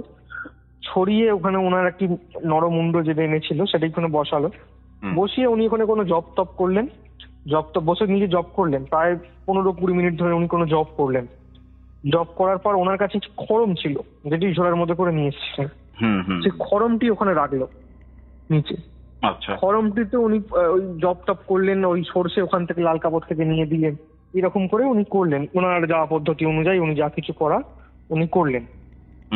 করার পর বাড়ি থেকে চাইলেন যে তোমাদের বাড়িতে কোনো ছাই আছে, ছাই পাওয়া যাবে, মানে কোনো, তো বাড়িল না, আমাদের তো ছাই তো পাওয়া যাবে না, আমাদের ছাইয়ের তো কোনো সেই অর্থে রান্না এরকম হয় না, ছাই নেই। তখন দাদু বলে যে আমার দোকানে পাওয়া যেতে পারে, তো মিষ্টি হয়, তো আগুন উনুন চলে, তো ছাই দোকান থেকে রাত্রিবেলা ওই রাত্রিবেলা তো মিষ্টি তৈরি হয়, তো ওই গরম থেকেই বার করে গুঁড়িয়ে ওই ছাই করে আনা হয় আর কি, উনুন থেকে ছাই করে এনে অনেক ভদ্রলোককে দেওয়া হয়। ওই ছাই দিয়ে উনি কিছু ক্রিয়া টিয়া করেন। তো করার পর উনি এবার ওই লাল কাপড়টিকে আস্তে আস্তে মুড়ে দেন, সর্ষের বাঁধা সমেত এবং ছাই বাঁধা সমেত লাল কাপড়টিকে উনি মুড়ে দিলেন। আর বাদ বাকি উনি যার সঙ্গে খড়ম বা মরা মুন্ড এই সমস্তগুলি ওনার ঝুড়িতে ভরে নিন। এবার ওই লাল কাপড় মুড়ে ভালো করে বেঁধে সেটিকে ওই দরজার উপরে বেঁধে দেন, এবং বলেন যে তোমরা কালকে সকালে একটু কোনো জেলের সঙ্গে যোগাযোগ করে মাছ ধরার জাল, ছেঁড়া জাল, ফেলে দেওয়া জাল, তার ওয়েস্টেজ থাকে বা তার থাকে ইউজ করাই থাকে, তাকে পয়সা দিয়ে তুমি নিয়ে এসো, ওটা খুব প্রয়োজন। মাছ ধরার জাল নিয়ে সেটা বলে যায়। এবার তখন বাবা মা মানে দাদু দিদা বলেন যে ওকে কি খেতে ফেতে দেবো, বলছে কিচ্ছু খেতে দিতে হবে না। বলছে মেয়েটা খাবে না, বলছে না কিচ্ছু খেতে দিতে হবে না। মা কিন্তু চুপচাপ আছে ঘরের মধ্যে, কোনো ভায়োলেন্ট কিচ্ছু করেনি, কিছু নেই। এবার ওই ভদ্রলোক চলে যায়। চলে যাওয়ার পর যেটা হয়, রাত্রিবেলা এবার সবাই শুয়ে পড়েছে, বাড়ির লোক আর কেউ কিছু খায়নি, যেহেতু বাড়ির একটা আদুরে মেয়ে, সে এরকম না খেয়ে তাকে খেতে দেওয়া হয়নি, না খেতে পেয়ে আছি, মানে বাড়ির লোক আর কিছু খায়নি সেদিন রাত্রে, রান্নাই হয়নি। ওরকম একটা পরিস্থিতিতে মানে তুমি ভাবো বিকাল থেকে চলছে এরকম একটা ঘটনা, মানে সাধারণত এরকম হয়নি তাদের বাড়িতে কোনোদিন, এরকম একটা মানে বাজে ঘটনা ঘটছে, সেখানে রান্নারও মানসিকতা কারোর ছিল না আর কি। তো এবার রাত্রিবেলা সবাই শুয়ে পড়েছে। এইবার যেটা হলো সেটা হচ্ছে মা হঠাৎ করে চেঁচাতে আরম্ভ করেছে যে আমাকে ছেড়ে দাও, আমাকে ছেড়ে দাও, আমাকে খেতে দাও, আমি খাবো, আমাকে খেতে দাও, আমি খাবো। এবং সেটা ওই কিন্তু মায়ের ভয়েসে বলছে না, ভয়েসটা চেঞ্জ হয়ে গেল। ওই তো যেটা বলছিলাম না, ভাঙা ভাঙা হিন্দি এতে বলে, সেরকম ভাবে বলছে। এবার সবাই আবার উঠে চলে এসছে, উঠে দোরগোড়ার সামনে সবাই দাঁড়িয়ে আছে। আমাকে বলছে আমি ঘন্টা দিতে হবে আমাকে, আবার বলছে আমাকে ঘন্টা দিতে হবে, আমাকে বের করে দাও, আমাকে ঘন্টা দিতে হবে। এবার তাহলে এটা তো বুঝতে পারছে না তো বাড়ির লোক যে কি ঘন্টা দেওয়ার কথা 2-3 দিন ধরে বলে আসছে, ঘন্টাটা কি দেবে, কেউ কিছু বুঝতে পারছে না, আমাকে ঘন্টা দিতে হবে। তো তারপর আস্তে আস্তে সবাই কিছুক্ষণ দাঁড়িয়ে থাকার পর একটু কথা কমিউনিকেট করার চেষ্টা করে দাদু দিদা, তারপরে চুপ করে যায়। সকাল হয়, সকাল হওয়ার পর আমার দাদু দিদা দুজনেই ওই ভদ্রলোকের ছোটেন আবার, যে এরকম রাত্রিবেলা তো আবার এরকম করলো, আপনি কি করবেন বলুন, একে বন্ধ করে রাখা হচ্ছে এরকম ভাবে, মানে এটা তো কি হচ্ছে ব্যাপারটা, তো কিছু করছেন না, কিছু করছে না, মেয়েটা এরকম দিনকে দিন কি করবো আমরা এখন। তখন ভদ্রলোক বলে আমি ঠিক 12টায় যাবো, দুপুরবেলা 12টার সময় যাব, তোমরা বাড়িতে শোল মাছ এনে রাখবে। আচ্ছা আচ্ছা, শোল মাছ এনে রাখবে, আমি বাড়িতে যাব 12টার সময় দুপুরবেলা।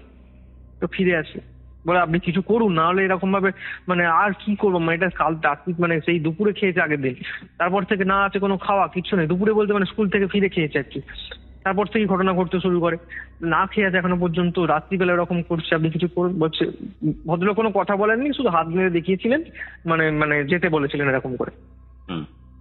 তো 12টার সময় যথারীতি বাজার থেকে মানে তার আগেই দাদু শোল মাছ কিনে এনে রেখে দিয়েছেন। ভদ্রলোক এসে বলেন ওই শোল মাছটিকে পোড়াতে হবে। আচ্ছা আচ্ছা, শোল মাছটিকে পোড়ানো হয় রান্নাঘরে, সেটিকে শোল মাছ পুড়িয়ে নিয়ে আসা হয়। সেইখানে তো ওই দোরগোড়ায় এবার বসে, তখন কিন্তু দরজা খুলে দিয়েছে, মা ঘরের মধ্যে বিছানায় বসে রয়েছে একা, সামনে মুখ নিচু করে বসে আছে চুপচাপ করে। এবং মা কিন্তু বাথরুম টাথরুম সবই যাচ্ছে, মানে ওর অ্যাটাচ ছিল ওই রুমের মধ্যে, যেহেতু ওই রুমটা আর কি ভাড়াটিয়া থাকতো, অনেক সময় ভাড়া দিত, অ্যাটাচ বাথরুম টয়লেট ছিল, তো সমস্ত টয়লেট যাচ্ছে, বাথরুমে এসে বসছে, মানে বিছানায় এসে বসছে, এরকম করছে। আর ওই দোরগোড়ায় বসে ওই ভদ্রলোক ওই শোল মাছ পোড়াকে নৈবেদ্যের মতো করে সাজিয়েছে। আর যে দেশি যে মদ হয় যেটাকে বলে চুল্লু, যেটাকে বলে এক কথা, তো ওই জিনিস উনি নিয়ে এসছেন, উনি নিয়ে এসে ওনার আচার ক্রিয়া শুরু করেছেন। ওই মরার মুখফুলি রেখেছেন, কপাল পাত্র রেখেছেন, বেসিক্যালি পাঁচ মকার দিয়ে পুজোটাকে সম্পূর্ণ করতে চাইছেন হয়তো। এবার আরো কি কি অনুষঙ্গ জিনিস ছিল, আমি এই কথাই শুনেছিলাম, এই কথাই ছিল, এবং হয়তো মিস হতে পারে, আর কিছু থাকতে পারে। তো উনি ক্রিয়া করতে শুরু করলেন, উনি ক্রিয়া করছেন। এইবার মা বিছানা থেকে নেমে এসে দোরগোড়ায় দাঁড়িয়ে পড়েছে। এই দৃশ্যটা একটা ভয়ঙ্কর, মানে বাড়ির সবাই ভয় পাচ্ছে, মানে অদ্ভুত রকম দৃশ্য। আমি তোমাকে বলছি, মানে আমি তো ওদের মুখ থেকে শুনেছি, যারা এই ঘটনা প্রত্যক্ষ করেছে, আমার দিদা, মায়ের দিদা, যারা শুনেছি, মানে তারাও চোখে মুখে ভয়ের আতঙ্ক হয়ে গেছিল। আবার আমাকে তখন এইবার ভদ্রলোক ওই যে সর্ষেগুলো ছিল, সেই সর্ষেগুলো মায়ের ওপরে কিছু একটা মন্ত্র বলে ছুঁড়ে প্রয়োগ করে। প্রয়োগ করতে মা খুব বিকট ভাবে মানে চিৎকার করে, আমার খুব কষ্ট হচ্ছে, আমার খুব লাগছে, আমাকে ছেড়ে দাও, এরকম একটা কিছু বলতে শুরু করে। তখন ওই ভদ্রলোক বলে তুমি কে, তুমি বাচ্চা মেয়েটিকে এইভাবে কষ্ট দিচ্ছ কেন, তুমি কে, বাচ্চা মেয়েটিকে কষ্ট দিচ্ছ? তখন ও সেই ভাঙা ভাঙা ওই মানে বাংলায় বলতে থাকে, আমার নাম বাহাদুর। আচ্ছা আচ্ছা, আমার নাম বাহাদুর। বলছে তুমি কে, বাহাদুর কে, তুমি এই বাচ্চা মেয়েটিকে কষ্ট দিচ্ছ কেন এইভাবে, বাচ্চা মেয়েটি এইভাবে কষ্ট পাচ্ছে, তুমি খেতে পেয়ে পাচ্ছে না, এর একটা ভবিষ্যৎ নষ্ট হয়ে যেতে পারে, তুমি একে এইভাবে কষ্ট দিয়ে যাচ্ছ, এটা তো তোমার কি হচ্ছে, এটা তুমি কে, কেন এসছো ওখানে, কি উদ্দেশ্য তোমার? তখন এইবার আসছে ঘটনা, মেন যে পার্ট। বলেন যে আমি ওই স্কুলের কেয়ারটেকার, মানে আমি ওই স্কুলে ঘন্টা দিই। আচ্ছা, ওকে ওকে। আমার নাম বাহাদুর, আমি ওই স্কুলে ঘন্টা দিই, আমি ওই স্কুলের ওই ঘরে থাকতুম, মানে ওই ভাষাতেই বলছে আর কি, স্কুলে থাকতুম, ওই ঘরটিতে এদের স্কুল চালু করেছে, ক্লাস হচ্ছে, হ্যাঁ আমার অসুবিধা হচ্ছে থাকতে, আর এ কেন আগে যায়? আচ্ছা আচ্ছা, এ কেন আগে যায়, একে উচিত শিক্ষা দেবো আমি। ঠিক এরকম করে বলছে, এ কেন আগে যায়, ওকে উচিত শিক্ষা দেবো বলে আবারও সেই মায়ের গালে যেমন চড় মারা করছিল, সেরকম চড় নিজেই মারতে শুরু করে। এই ঘটনা ওই প্রত্যক্ষ হলো, ওই ক্রিয়া হলো, বলে তুমি ওকে ছেড়ে দাও, তুমি ওকে ছেড়ে দাও, এইভাবে তুমি পজিশনের কেস এটা। হ্যাঁ একদম, বলে তুমি ওকে ছেড়ে দাও, তুমি ওকে এইভাবে কষ্ট দিচ্ছ, এইভাবে তো কষ্ট দেওয়া তোমার উচিত নয়। তুমি ওকে ছেড়ে দাও। বলছে না আমি কিছুদিন ছাড়বো না। তখন এই সাধকও বলছে তুমি না ছাড়লে তোমার যা হাল করবো তুমি চিন্তা করতে পারবে না, তুমি আমাকে ছেড়ো না। মানে এরকম মানে ঝগড়া করার মতো করছে, যাকে মারামারি হবে এরকম একটা হচ্ছে, মায়ের সঙ্গে কথোপকথন হচ্ছে, তুমি না ছাড়লে তোমাকে আমি ছাড়বো না বলে তখন ওই ভদ্রলোক আরো ওই যে হার ছিল ব্যাগ থেকে বার করে ওই সমস্ত ওই যে বললাম মদ ছিল সেই সমস্ত দিয়ে উনি আরো তন্ত্রক্রিয়া চক্রানুষ্ঠান করলেন, করে তন্ত্রক্রিয়া করে ওই হারটি এবার ওই মায়ের মাথাতে ঠেকিয়ে দিলেন। ঠেকিয়ে উনি কোনো কিছু মন্ত্র পড়লেন, দোরগোড়ার বাইরে থেকে দাঁড়িয়ে, আর মা হচ্ছে দোরগোড়ার ভেতরে দাঁড়িয়ে মুখোমুখি দাঁড়িয়ে আছে ভদ্রলোক, ওর মাথায় ঠেকিয়ে দিলেন। এইভাবে ঠেকিয়ে দেওয়ার পর মায়ের যেন চোখ মুখ একটু হলেও যেন শান্ত হয়ে গেল। ওকে ওকে, শান্ত হয়ে গেল আস্তে আস্তে। এবার পড়ে যাবে কি অবস্থা, তখন এই ভদ্রলোক ওই হারটি তুলে নিয়ে ব্যাগে ঝুলিয়ে মাকে ধরে নিলেন। ধরে নেওয়ার সঙ্গে সঙ্গে মা কিন্তু মানে অচৈতন্য হয়ে যায়, পুরোপুরি মানে অজ্ঞান হয়ে যায়। আচ্ছা, অজ্ঞান হয়ে যায়, মাকে মুখে চোখে জল দেওয়া হয়। তখন ভদ্রলোক বলেন একে এক্ষুনি শুইয়ে দাও একটা বিছানার কাছে নিয়ে গিয়ে, আমি যাচ্ছি বলে ভদ্রলোক ওই সমস্ত ক্রিয়া যা যা হচ্ছিল উনি আরো জপ করলেন, করে ওনার ক্রিয়া সম্পূর্ণ করে আরো 1 ঘন্টার মতো মাকে নিয়ে গিয়ে ঘরে শুইয়ে দেওয়া হয়েছে। তখন ভদ্রলোক ক্রিয়া সম্পূর্ণ করে সব গুছিয়ে টুচিয়ে নিয়ে উনি মায়ের ঘরে গেলেন। ঘরে গিয়ে ওই একটু কিছু জিনিস লাল কাপড়ে মুড়ে উনি নিয়ে এসেছিলেন ওনার ওই রুম থেকে আর কি, ঘর থেকে মানে ওনার বাড়ি থেকে। সেগুলিকে নিয়ে মায়ের ওই বালিশের নিচে ঢুকিয়ে দিলেন। ঢুকিয়ে দিয়ে বলেন এটা থাকবে, এই বালিশের নিচে এখানে থাকবে এইভাবেই বলে এবার উনি সরষেগুলিকে নিয়ে ওনার ওই পুরো বাড়িটি, মানে পুরো বাড়ি বলতেন ওই জায়গাটা একটাখানি গন্ডগোল। ওই পরে আমি মানে এই ঘটনাটা যখন শুনি, এটা আমি তুমি আসতে গেলে বুঝতে পারবে, উনি কিন্তু ওই সরষেগুলোকে শুধু ওই ওপরের ফ্লোরটিতেই ছড়ান। আচ্ছা আচ্ছা, বাকি আর নিচে না, নিচে যে ঘরে এই সমস্ত জিনিস হচ্ছিল মাকে যেখানে বন্ধ করে রাখা হয়েছিল সেখানে গ্যারাজ টাইপের আছে, একটি ঘর আছে, একটু সামনেটা অনেকটা জায়গা আছে, ফাঁকা জায়গা, গাড়ি টাড়ি রাখে এখানে। আর ওই তার সংলগ্ন রুমের মধ্যে 2টো রুম মানে বেডরুম রয়েছে, একটি অ্যাটাচ বাথরুম রয়েছে, সামনেটা কিছুটা জায়গা আছে, একটি রান্নাঘর আছে। তো সেইরকম একসঙ্গে ঘেরা, যেহেতু ভাড়া দেয় একটা ঘিরে দিয়েছিল। ওখানটা আর কিছু ছড়ায়নি, খালি জাস্ট ওপরে যেখানে মায়েরা থাকতো সেই ওপরটায় সব ছড়িয়ে দিয়ে বলে আর কিছু হবে না, মেয়ে সুস্থ হয়ে গেছে, আর কিচ্ছু হবে না, হ্যাঁ আমার যাটুকু ক্ষমতা দিয়ে আমি সমস্ত ঠিক করে দিয়েছি, আর কিচ্ছু হবে না। তো ওনার কথা অক্ষর অক্ষরে মিললো, আর কিচ্ছু না। মায়ের জ্ঞান এলো, মা যথেষ্ট, মা তখন মানে রোগা হয়ে গেছে, মুখ টুক শুকিয়ে গেছে, মাকে খাওয়ানো, বলে কি খাওয়াবো, বাড়ির লোক জিজ্ঞেস করে যে ওকে কি খাওয়াবো, বলে তুমি যা যা খাওয়াবে খাওয়াবে। তো এরকম খাওয়া দাওয়া হয়, খাওয়া দাওয়া করে মা রীতিমতো সুস্থ হয়ে যায় পুরোপুরি ভাবে। এইবার ঘটনাটা হচ্ছে এবার ওই নিচের ঘরেতে, নিচের যে রুমেতে এরকম হয়, দরজা তালা বন্ধ করে দেওয়া হয়েছে, রুমেতে কেউ থাকতো না, এমনি ভাড়াটাও নেই, কোনো ভাড়াটা ছিল না কোনো সেই সময়। রাত্রি হলেই হঠাৎ করে দরজা খোলার আওয়াজ হতো, মানে কেউ তালা খুলে বেরিয়ে যাচ্ছে, আবার মনে হতো তালা খুলে কেউ ঢুকছে, এরকম আওয়াজ হতো। এবার একদিন দাদু মনে করেছে চোর টোর ঢুকেছে হয়তো, দাদু একা নেমেছে, টর্চ ফর্চ নিয়ে নেমেছে, হ্যাঁ নেমে দেখছে কেউ কোথাও কিছু নেই, তালা দেওয়া সবকিছু। এইবার সিঁড়ি দিয়ে তো নেমেছে নিচে, দাদু সিঁড়ি দিয়ে উঠতে, এটা আমার দাদু নিজের মানে মানে বলেছিলেন আর কি, দাদু সিঁড়ি দিয়ে এবার যখন উঠছেন, দাদুকে আমি দেখেছি খুব একদম যখন ছোট দাদু সেই সময় মারা গিয়েছিলেন, তো দাদুর সঙ্গে আমার খুব একটা বেশি কথোপকথন হয়নি আর কি।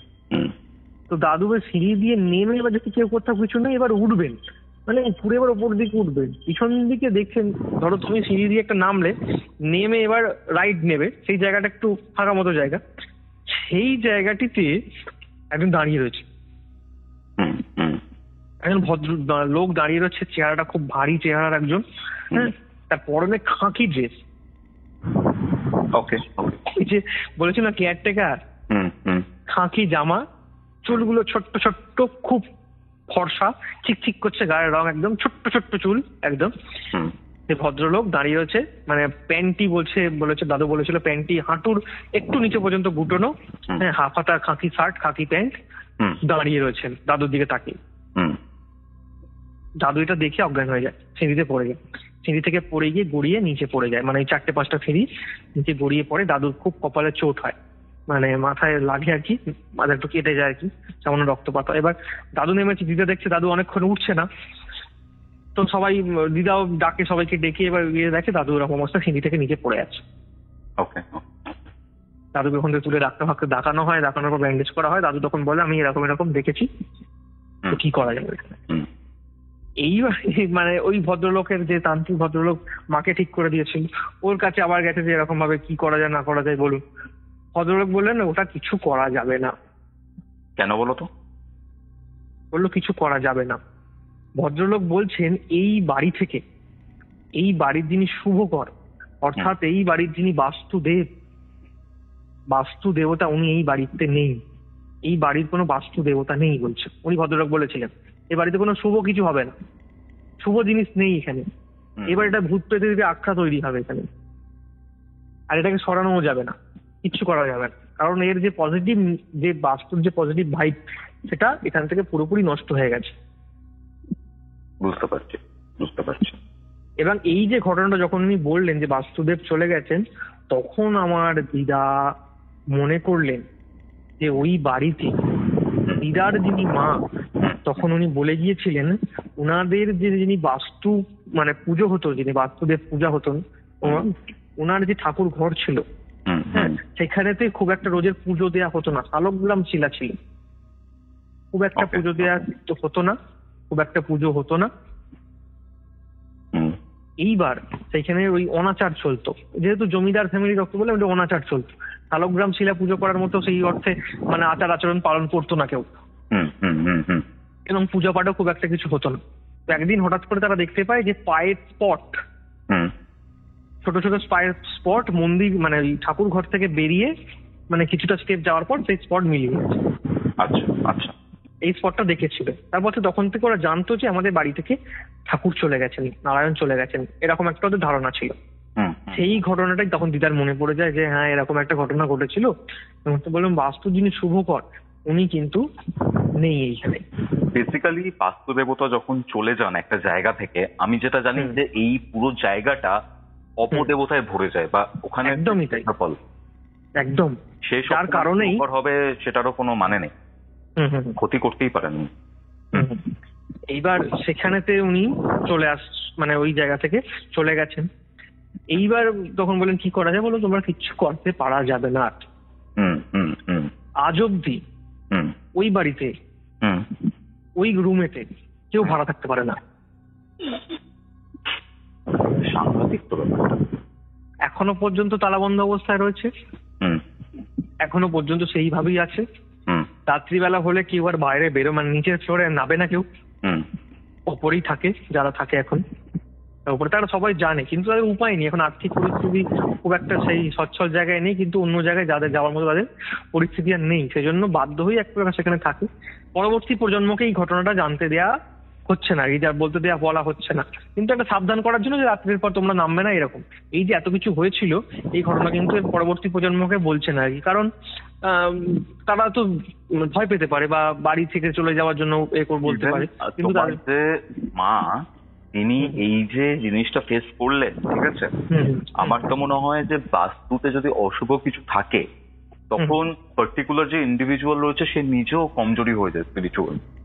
তো অন্যান্য যারা এরকম নেগেটিভ এন্টিটি রয়েছে, ঠিক আছে, তাদের এনাদেরকে প্রসেস করা অনেকটা ইজিয়ার হয়ে যায়। একদম। ইভেন তুমি তন্ত্র মার্গে রয়েছে, তুমি ব্যাপারটা আরো ভালো বুঝতে পারবে। একদমই তাই। এবার এই ঘটনা হয়েছিল, হওয়ার পর তো মা তারপরে সুস্থ হয়ে যায়, সুস্থ হয়ে একদম, মায়ের কোনো আর কিছু প্রবলেমই হয়নি, ওটা ওই 3-4 দিনের জন্য এরকমটা হয়েছিল। তো এই ঘটনা হয়, তো ওই ঘটনা আজ অব্দি কিন্তু ওই বাড়ির নিচে ওই ঘরেতে এখনো পর্যন্ত কেউ থাকতে পারলো না। এটাই ছিল আজকের এপিসোড। আজকের এই এপিসোডটা আপনাদের কেমন লাগলো সেটা কিন্তু কমেন্ট করে জানাতে ভুলবেন না। ভালো লাগলে অবশ্যই লাইক করে শেয়ার করে দেবেন, এবং কিউরিওফাইট ইউটিউব চ্যানেলে নতুন হলে সাবস্ক্রাইব করে বেল নোটিফিকেশন অন করে নিন। আমাকে যোগাযোগ করার জন্য ইমেল করতে পারেন curiofight@gmail.com এই ইমেল আইডিতে, অথবা এইসব রিলেটেড টপিকের ব্যাপারে আরও জানতে কোনো রকমের হেল্প যদি দরকার পড়ে সেই কারণে আমাকে ইনস্টাগ্রামে যোগাযোগ করতে পারেন। আমার প্রত্যেকটা সোশ্যাল মিডিয়ার লিঙ্ক ডেসক্রিপশন বক্সে রইল। তাহলে চলুন দেখা হচ্ছে আগামী বৃহস্পতিবার ঠিক দুপুর 3টের সময় এরকমই একটা ঘোষলি কল রেকর্ডিংয়ে। ততক্ষণ অবধি কিউরিওফাইটের এরকম আরও 2টি এপিসোড শুনতে আপনার মোবাইল স্ক্রিনে আসা ডান দিকের অথবা বাঁ দিকের বক্সে ক্লিক করুন।